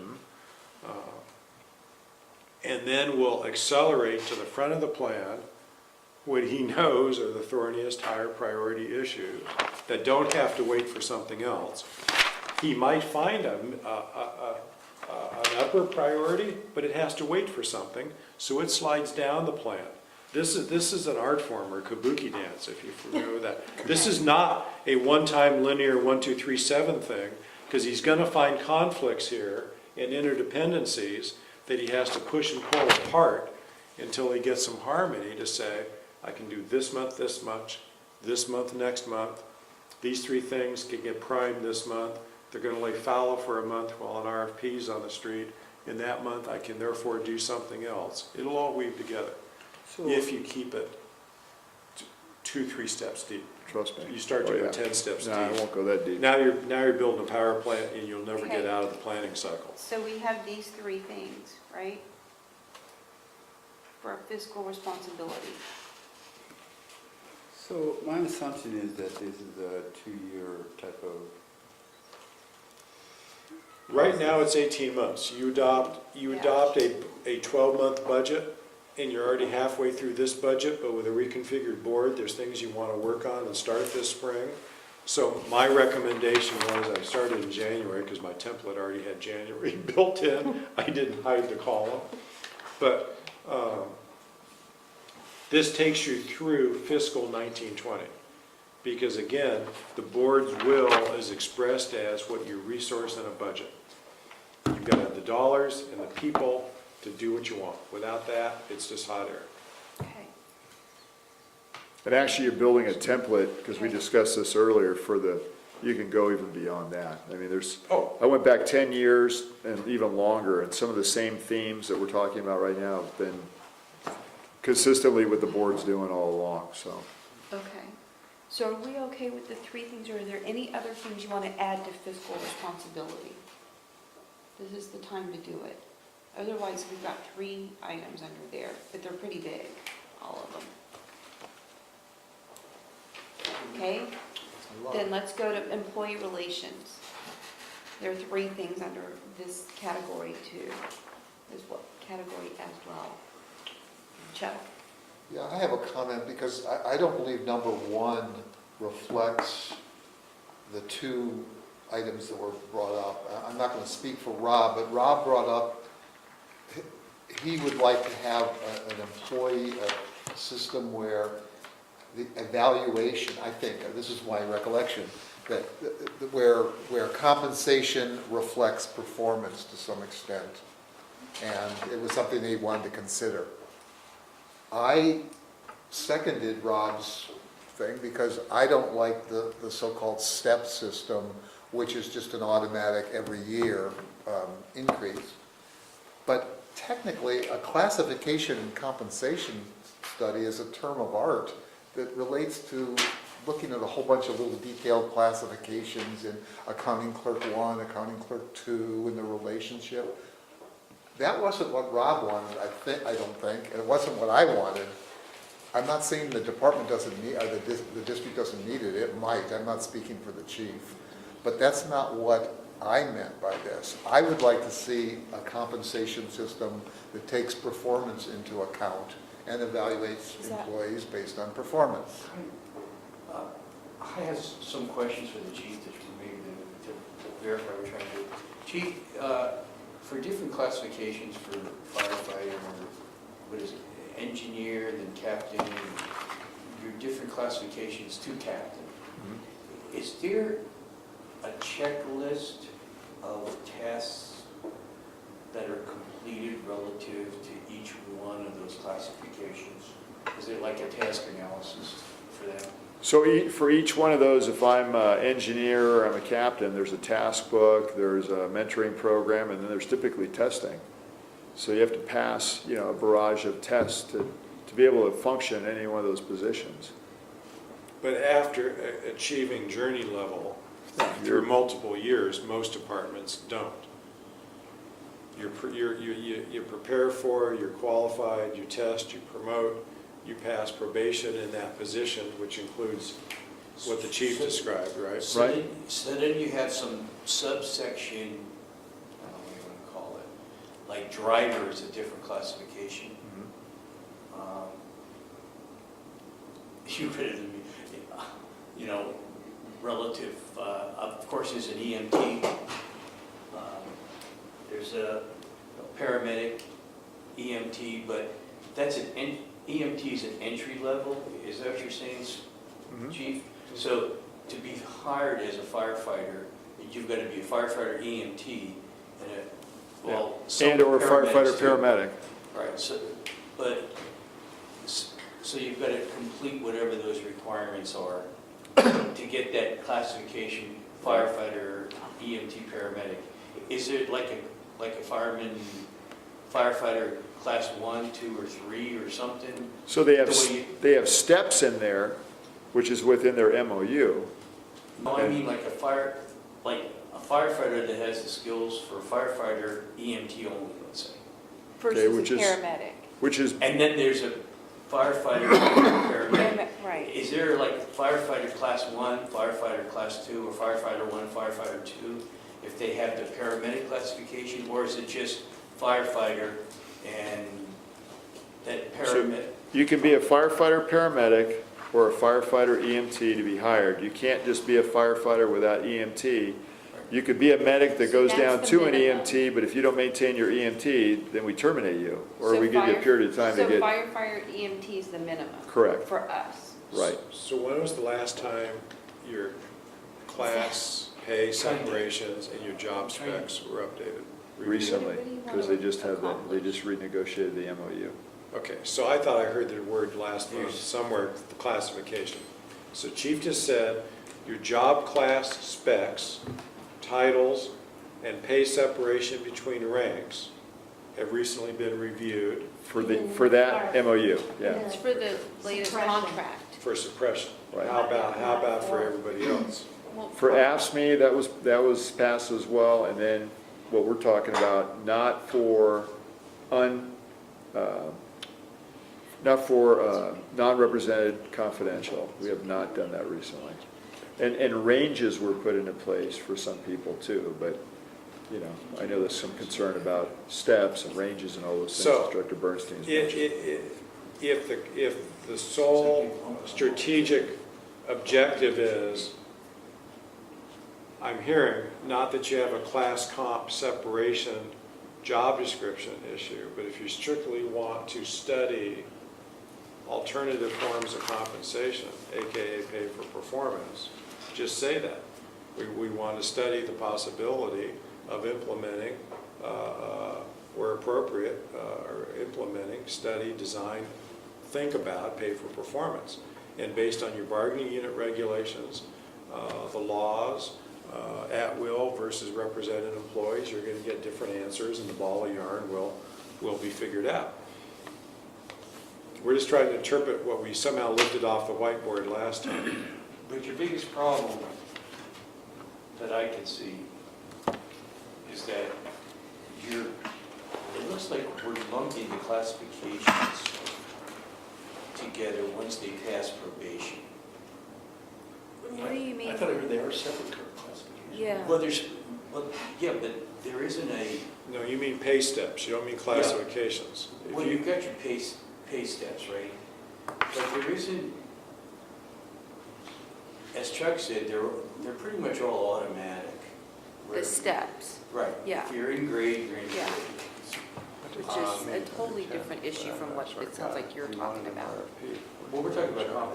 Because we'll bring it to Compensation. compensation. AFSCME and It's like that IAF versus have- HR, just have so you steps. need Yes. comp stuff. Anyone else does not. Yeah, but not for those, not for what he's So, talking about. so, Firefighters For have your steps. unrepresented yes, they're confidential. part of the Fire IAF. captains have steps? Yes. Okay. So, Rob, let me go back. One of the things that you said to me when we were talking is that you liked, there's a federal system where somebody comes in, say at level 1, to move to level 2, there's some sort of criteria that they have to meet and check off, and then they can move to 2, and then from 2 they can go to 3 after they check well, off that's the what I think, criteria. I think that's what the chief just said, right? That Yes. they're moving up by, You guessed, Captain. they're moving up by training, Mhm. by different classes, by but- different skills. But that only they- from firefighter to engineer, right? No, firefighter to driver, driver to engineer, engineer to captain, That's what I'm- acting, all these But positions once have an you- acting. But this- Well, there's once you nothing- captain, aren't there pay steps, Correct. multiple pay steps? But the steps- The advance between the steps doesn't require task book completion. That's correct, It's time and grade, correct. AKA seniority. And that's what we were talking about. The steps have no criteria, Right, but the titles. because it's an When annual, you change a title, It's Right. there's it's an criteria. annual increase in Right. worth based on getting to greater and greater journey level proficiency. It's traditional. but also know it's a labor agreement, so what they're Right, typically that's- comfortable with is something that they are used to and that they can compare to other agencies. Well, so, for tonight, the objective is, there are other classifications in the department, Chief just told me, that have not had a recent class comp study. In other words, Right. job description, compensation, marketability, comparables review. You need that for the non-updated positions to date. You need yet another one. And then if you want to inject research into alternative forms of compensation or research into pay for performance, just say that as an objective. But does that cover what you want to, what your intent is? Because No, the chief answered a bunch of the questions that I had relative to a skills analysis relative to each position. Okay. When you're looking at your steps for compensation, they're automatic. Correct. As long as they're in grade. There's got to be some type of mechanism to measure that, where they're not just automatic. And that's what you're talking And that's, about. and, you know, I don't know how we get there. You need to negotiate it. Yeah. That's the first thing. And it Yeah. looks like we're dealing with some affective and some cognitive type skills, and those affective skills are going to be hard to measure. Cognitive, no, you climb up a ladder, you rappel off a building or whatever, but when you're looking at your, you know, those state of mind skills that you know, show up for work, be happy, you know, things like that, good attitude. So you're- you know, how do you, you know? You're getting into deep in the weeds tonight. Mhm. You're also getting into clearly meet and confer contractual obligations. Yeah. So my suggestion is, if it's of interest to the board, you need a class comp study for the positions that haven't been recently updated. And you would like to put some study into pay for performance, and let the staff come back to you with some of the possibilities, the constraints, maybe have the same class comp consultant say, hey, in your marketplace for fire service, that doesn't exist at all, snowball's chance, and you know what, getting it into a bargaining agreement. I don't suggest you go bargain first with the employees without having an objective, a target. So put some effort into, if there are other best practices out there and things you as a board think you want the bargaining team to go try to do, then you prepare for that. That's a reasonable board policy objective, to say, we're interested in pay for performance. What comes out of the sausage machine may not be anything with the line unit represented employees, but maybe something for management. Who knows? You know, there are different pieces to alternative compensation, AKA pay for performance. But I guess my question is, what do you want to try to accomplish with that? First of all, the chief needs a class comp study to be sure the job descriptions and the market No, but I'm pay asking scales. Rob, as the policymaker, what do you, I'm just so that I'm clear. Well, it shows the particular steps in their skill levels, and in comparison to their training and, I don't know what you might call it, experience, time and grade, to whatever their position classification is. What you're asking for, incremental pay steps within a job class to be based on more than satisfactory time and grade. Fine, that'd be fine. Yeah. And another That's term for what I- that is merit pay or performance pay. Which is, Highly unusual, purely subject to collective negotiation. Could you research and see if other agencies are doing it and what it might gain you here in a quid pro quo with your workforce over a fair discussion, over everybody gives and takes and gets? It's a reasonable goal if you want to go study it, but it's not a flick of the switch thing. Well, clear, this is just a study. You can't negotiate anything if you haven't some idea of what you'd like to accomplish. So it seems to me, looking at best practices makes some sense. I would like to say, I have nothing against the chief doing a classification and compensation study, but for me, that's not my goal. I don't know if other board members care about it. It's within the chief's purview to do.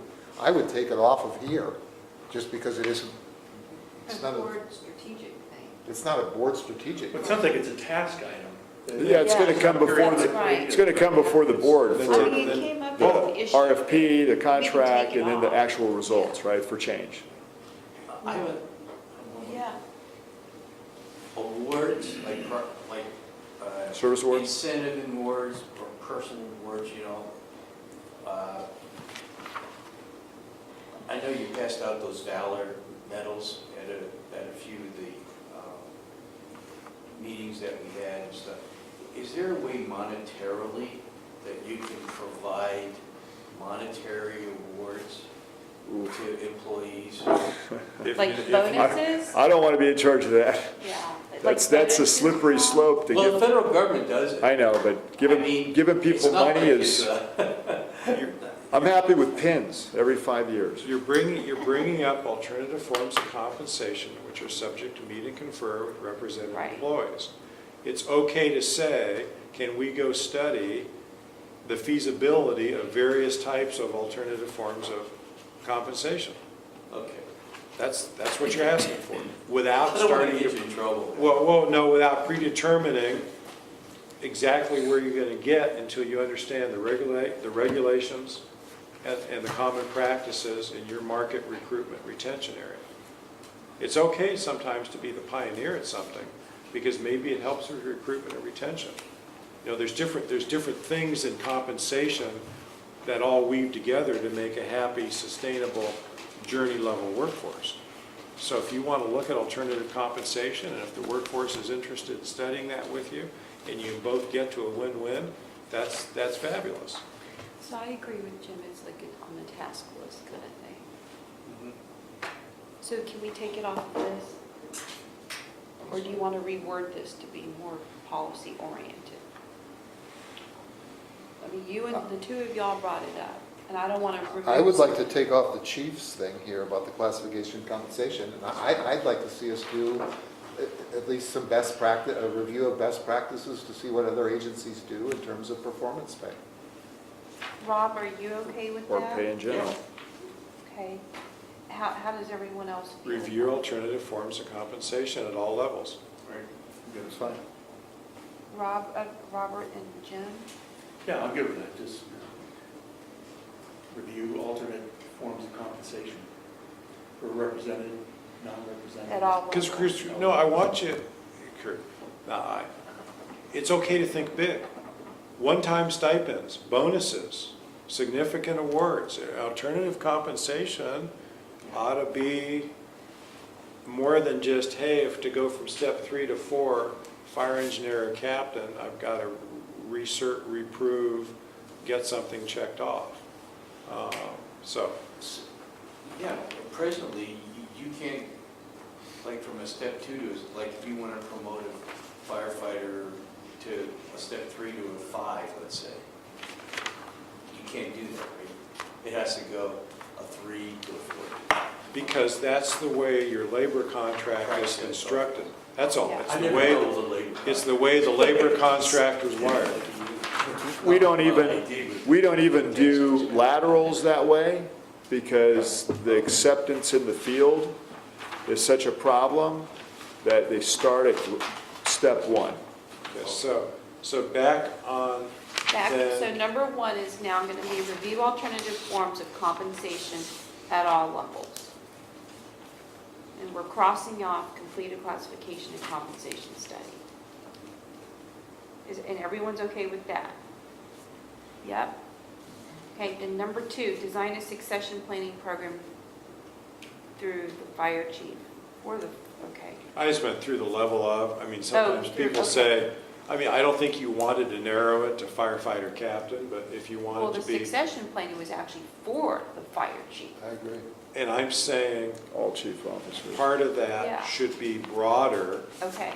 because are you trying to grow the future fire chief by the proper training and mentoring of the mid-managers, and you don't have enough proper mid-managers if you don't pay attention to your fire captains? So I'm coaching you to say, The start with exodus what's- is coming. the exodus is coming, so plan for it. That's right. So basically, You never know. And I just wanted to be sure that it, Level? because you were concerned about fire chief, that's Yeah. okay. Well, I that's wanted to the be sure that position. you went Beyond that. as deep as you need to go. Yeah. Now, do you need to go back to recruit firefighter right now? No. But if you've got an exodus of mid and senior management Yeah. and mid and senior captains, then absolutely, someone's got to go put a timeline together. Who can leave how soon? And do you even have anybody qualified to move up? And then what the recruitments need to look like, if they're open or internal. so what about design? And a it sounds succession- like a higher priority to me. It's huge. It's a huge priority, Huge which priority. is why it was, I'd put that on the A list as well. Oh, yeah. I agree. So design a Just looking you in the succession planning face. program through the fire chief level, that might be a little clearer. I think so too. Yeah. Okay, is everyone okay with? Otherwise, it sounds like he's doing it. Right, that's what I thought. Oh, yeah, yeah. Yeah. Okay, does that, you okay with that, Robert? Because it's probably gonna be in the HR committee. Yeah. Okay, right, okay, so number 3, review recruitment, retention, and diversity programs. There was some mention of diversity, and you always need to be competitive and recruit, and, be able to fill your entry-level positions. I just thought, if you're going to look at one piece of that, if it hasn't been looked at in several years by the board, at the board level, to have an update on what you do for recruitment. Retention means, do you have a turnover problem? Are you an entry-level hiring agency that people migrate out of to go be a destination, or you're and I know you're a destination department, but for them? Depends. It depends. So, and diversity is part of all of those things too. So my suggestion was, I heard a lot of chatter around it, and that could be a work theme. But, okay, so what do we want to get out of reviewing the programs? Where there's a gap analysis, so let's say in diversity, Yeah, if there's some new techniques out there, the camp, the pre-training things, the different programs, it comes back and says, hey, others in San Mateo County are doing blah, blah for diversity outreach. We ought to try 2 Right. things we haven't tried before. great, so maybe should we add the words, and it could be different words, gap analysis? I think the wording is good as it is. I think Okay, gap that's fine. analysis is assumed when you do a This is- program Okay, I review. just, This is another one where HR can come in and do a presentation. great. Because I've already seen the numbers, and it's not just, it's agency-wide. It's not just the Okay. firefighters. I think we used to limit it there, but our turnover's at no. 1%. we never thought, I don't think this board ever thought it would only. I think some people did, but I the did. staff levels where we lose people because it's Yes. about better paying jobs, closer to Yes. home, they hate the commute, the list goes on, right? Okay, is everyone okay with that current language? Okay, so then finally, communications. Foster fire and EMS community information, what does that mean? Well, you talked about wanting communication externally, and then you added internal communication, and then if you remember kind of late in the session, this was added. You had the 5 other themes, and then you thought communication was important enough to be pulled out rather than assumed in every one of the other things, which it is. It's chicken or the egg. How do you do community preparedness if you can't communicate? Yeah, But- okay. Well, I think, You added it, and I tried to put a lot of the different sound bites together into something that sounded like Or- external communications and internal communications. this was something that, I wasn't championing this, but Robert, I think, brought this up and was talking about wanting people to know more about the fire district. It's kind of a public relations type of thing or something.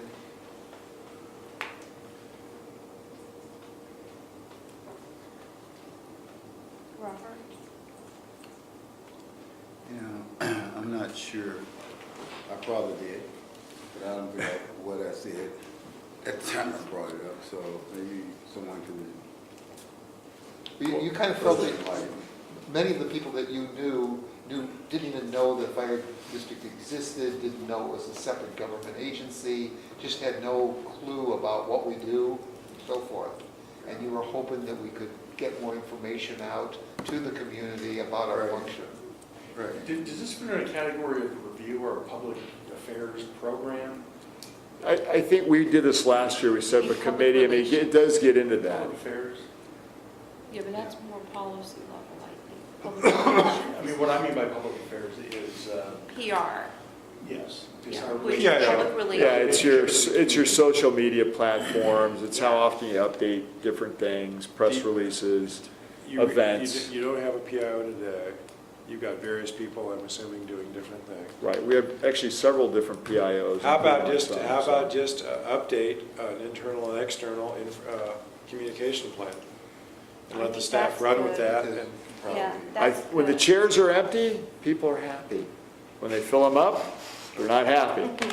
We've had it both ways. But right? again, that's the kind of a thing, again, you could come back, a budget resource. Yeah. The board could be, give us a part-time social media guru. Because I think there's a tie-in here with the impact fee issue, that if people know more about us, understand the issues we face, and what we're Yeah. trying to do, I think Well, it. that's That- That's right. And that's why I also recommend communication weaves through all this. Yeah. And maybe the net result is a more focused, professional communications thing, person, consultancy, halftime, something would help you Okay. message. So, So do we want to just, so right now, the language I have is update internal and external communications plan. Would that be the only one, or is there? do we have one already?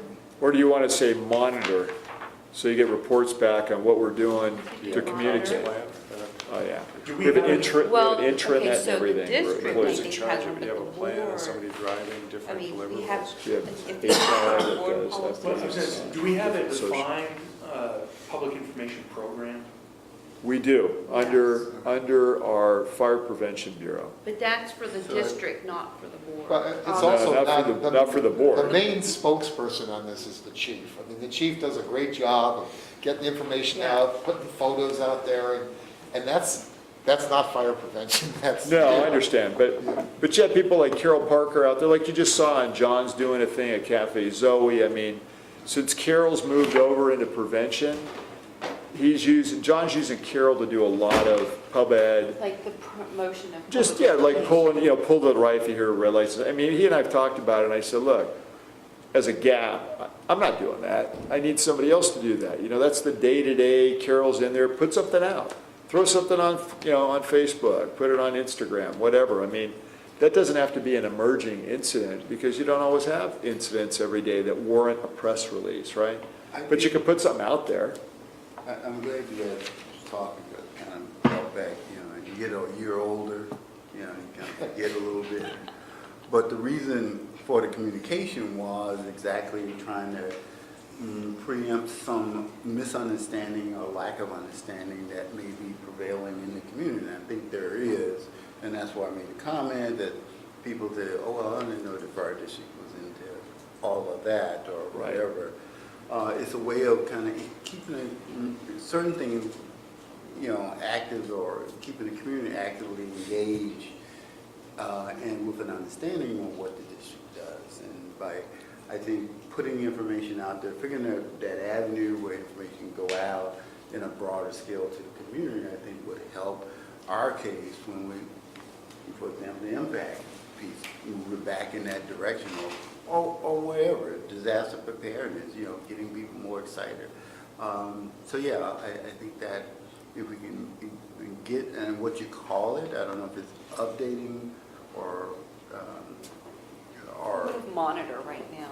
Yeah, monitor, because monitor it's, what's going on and what's going out there. But I think being proactive in getting information out to the community is going to be very important. so you should be seeing it in the local newspapers, because we budgeted for ad space, and so we're doing ads, we're doing social media. I mean, John's going to, Pop-up ads. yeah, John's going to Cafe Zoe, us to do questions and answers from a fire inspection prevention standpoint. I think it's great. I mean, Yeah. so we're changing up what we're doing. Yeah.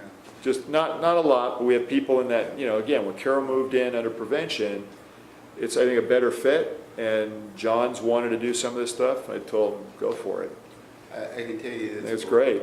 For ads and through the almanac or the post, they do not penetrate each other. I know. Well, let me suggest that maybe it's not a board priority for this year, but it'd be great if on the chief's report, you could fill us in on what was happening. I didn't know there were ads, for example. Oh, yeah. I didn't either. Just started Okay, doing So it. that would be, so right now, we have the item as monitor internal and external communications plan. Does that satisfy number 2, which is increase internal information up and down, or is that a separate thing? Because that's really your thing. I see that as a separate, but within the chief's purview. Yeah. Right, I was going to You say. don't have to have it. Again, Right. it was That's peeling what- all of these sound bites into what did you really intend? No, I know, but what we're trying to do is crystallize so that everyone knows that what we're doing and that we're on the same page as a board. But I agree, I mean, it's really a Herald thing. Yeah, it's not something the board even spoke about exactly that way. Then just pull it. Okay, You have so what you have. I would pull that, is everyone okay Number with two, pulling right? that number 2? Yep. Yeah, and so really the only one that we have under communications is monitor internal and external communications. That's good. Is there anything else that y'all want under communications? Okay, so what are the next steps from here, Stu? Do we, you got all of this, I So, give you this, 'cause I wrote all The this chief is going to build a work program and bring it back to you. on Tuesday, next Tuesday, not Oh, next Tuesday, No, no, next no, month. no. You mean by tomorrow when the packet's No, supposed to go out? sorry, I don't mean by I'm not tomorrow. sleeping tonight, that's for I'm sure. sorry, not Get the by, I coffee meant out. by next month, Chief will bring at the March March board board meeting. meeting, the work program. In the meantime, because they won't let moss grow under them, if there are things the chief has heard through these 2 planning meetings that likely have budget impacts for 1920, he can go to his internal team and say, heads up, we're gonna, do this, consultant over here, widget over there, start to let his team bake some of their early spring, early summer work into your 1920 budget request. You'll sign off on the plan. Chief is going to update you monthly thereafter as the plan hits chuck holes. You'll have the plan's objectives reflected in your budget documents. And I can show them, again, what I'm envisioning. You look at half a dozen agency budgets. I'm not talking about redesigning your whole budget. I'm just saying put it, Kathy's gonna have a heart attack over there. a few sound bites. No, it's just, Just a page, it's talks just- about what they do. Just a little you bit. do. Same. It's the same Not a thing. big deal. It is. So then you're there. And then eventually the work plan becomes an updated part of the chief's, next time you do a contract performance evaluation. And my encouragement is, as the things are baked into the work plan and the budget, the chief starts to evolve them into his mid-management evaluations as their annual work program. Always has 2 things: do their core job function and support their assigned board priorities. Will Makes- you be documenting those protocols? Pardon? Will you be documenting those protocols? Just outlining the process? For what? I can't. Just for us, I mean, just for our edification. Oh, you mean basically what we just discussed for the last Yeah. hour and 45 minutes? Yeah, I think that's a good idea. I can send the memo to a chief, but I think Okay, He and- that's a he and great Michelle. approach, I agree. got it, but yeah. So I wanted to encourage Rob also to listen to the tape I of the first agree, part, because yeah. it was a really good discussion on process and so forth. Yeah. Okay. I don't know if y'all want to do it, but I updated the sheet on the board. If you want to take a quick look and make sure it's all reflected. What does that say? Unless you Can can't you read it, in email which this case to, it's can you fine. email this to us too? I can Michelle? email it to you. Thank you. Michelle. I have it written down too. You- Okay. Just in I case. think everybody's running out of gas. It's very possible. No, I know, that's why I'll look at, if you email it, it'd be easier. I'll email back. Michelle's been to enough meetings where it's like, what do we say? I know, well, I know. Did we say that? I'm not And sure if we said that don't or help not. with that. Okay, any other discussion on this? Because I thought today was very helpful. Thank you, Stu. You're welcome. And Harold. So the last Michelle. kumbaya shot is, you have to walk the talk. Yeah, I You agree. have to live the fact that you've got a work program, that you're careful in terms of process, how you inject pop-ups, that you instill in your staff that you're going to monitor performance to your work program. And there's 2 ways you monitor performance: live it in the budget, and then through report back, feedback, follow-up, and holding the chief executive accountable As a board. to accomplish the work plan. And you all have to work as a team. And if someone starts to, feel a little fey, start to slide off with a pop-up and not respect process, it's okay for a self-adjusting team to just gently say, so-and-so and so-and-so. How about we let the chief, you do that under matters initiated, let the chief bring us back a work program soundbite as to how it's going to flow in. Hey, so-and-so at a committee meeting, it's really not on the agenda today, but that is an intriguing idea. Bring it up under matters initiated at the next full board meeting. So I think you can gently coax each other and just sticking to the plan. And if you do that, you will move mountains. I mean, you really have a fundamental choice. Every board does. I'm not just criticizing, Right, critiquing right. you all. You can do helter-skelter, or you can plan your future. And there's not a lot of in between. Yeah. So it appears that it sounds like that we have to look at how we structure our agenda. You could. Maybe it's already, it's currently in the format, but some of the things you just mentioned,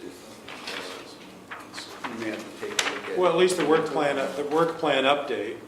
And again, updates like that are by exception.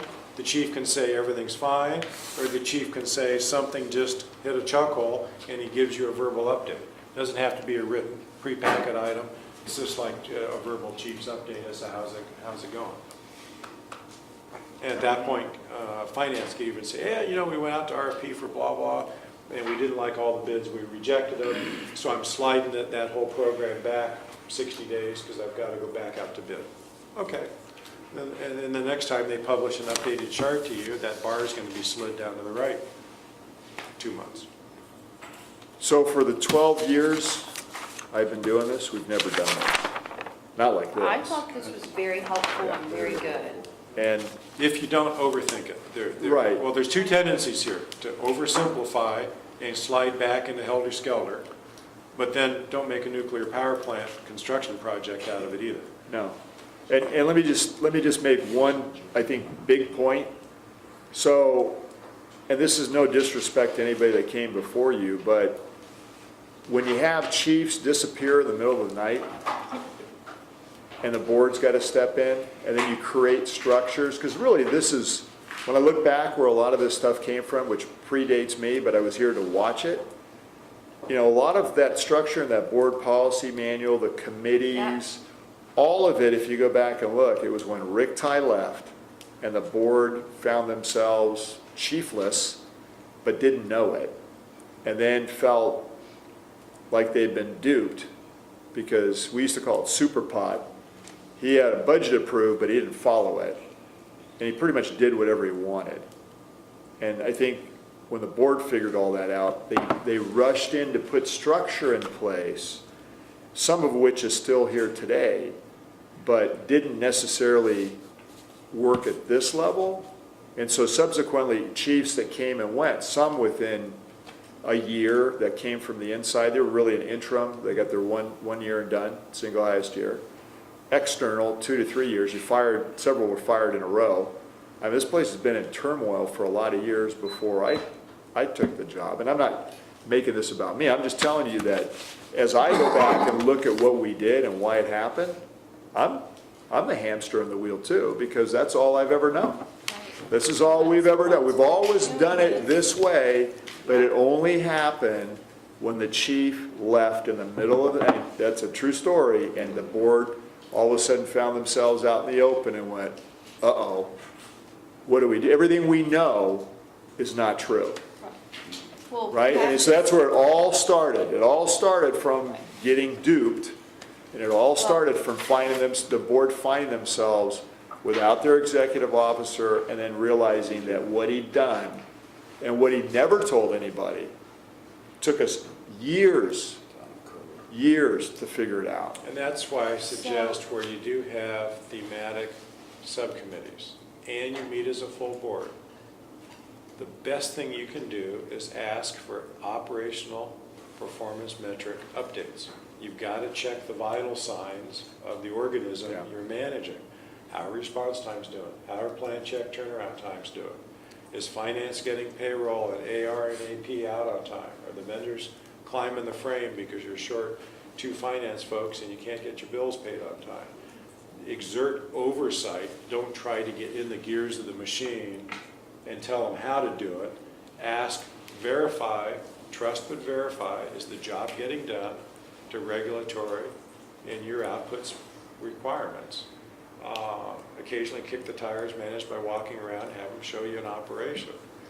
But don't fall off the fence, please, of trying to engineer a solution versus showing policy leadership. Right. We need someone to design a solution and get 3+ votes to put the weight of the budget and the staff gravity into putting the shoulder to the wheel. And if you could fully actualize that, believe me, you'll all be happier and you'll be more productive elected officials because you'll see stuff getting done, you'll see the wheel turning because you're resourcing it in an organized manner and you'll get stuff checked off the list. Not Versus being organized. stymied that Focused seemingly too. nothing gets done because you keep Right. bouncing Right. from pan to pan to pan. Which that is the one thing I think that we don't need. Organized and focused manner, I think is important. Okay. Can I give you one other thing in here, Yeah. because I think it's going to be related to, is, and it's not in here, but I just say it because it bothers me sometimes. You know, we always hear, oh, we should be focused on trying to consolidate other people, as if consolidation is efficiency. My mentality has completely changed in that. We're fiscally responsible. We have reserves, right. I mean, to consolidate with anybody else would be a deterrent to progress. In fact, we're hamstrung by, as I mentioned earlier, weaker agencies and partnership that hold us back, that limit what we can do. So our partnerships and our agreements, I'm not saying don't do them, but they have to be reflective of what's in our interests and then not get stuck into something either. So are you hearing, why are you bringing this up? Are you Because hearing this for from years I've heard we should board consolidate, and consolidation in some ways is efficiency. I don't know that I agree with that. I think a lot of agencies that have consolidated are weaker today than they were, and they put a lag on the system that we're currently in. You know, I mean, if you consolidate for efficiency, I get it, but you know, again, in auto aid and other things, it should be reciprocity, not subsidy. And so the district's growing, it's dynamic. Other agencies aren't really having that same experience for a variety of reasons that you have addressed and solved in probably some of the most difficult times, right? I mean, dealing with pension issues and paying off unfunded liabilities, putting funds towards capital improvements and things like that, that's huge. And other agencies are not able to do that or don't. You know, I mean, again, we're lucky where we are, and at the same token, I'm bringing it up only because I keep hearing themes over the years. I'm not sure that we want to keep saying that. You know, we want to consolidate. I would never recommend that. Well, at that's this not point. even in this plan right now. It's not in here, but I think we just got to be careful Yeah, not to I say agree. those things. Okay, so I'm going to open it up to public comment number 2, and there's no one in the public who's here to. Very satisfied public. Yep, and so I'm going to close public number 2 and have a motion, ask for a motion to adjourn. Is there a motion to adjourn? I'll move to adjourn. Second, all in favor? Aye. And the meeting is adjourned, Michelle, at 8:38, 8:38, right? Stu, great job. 8:38. You pulled it all, it went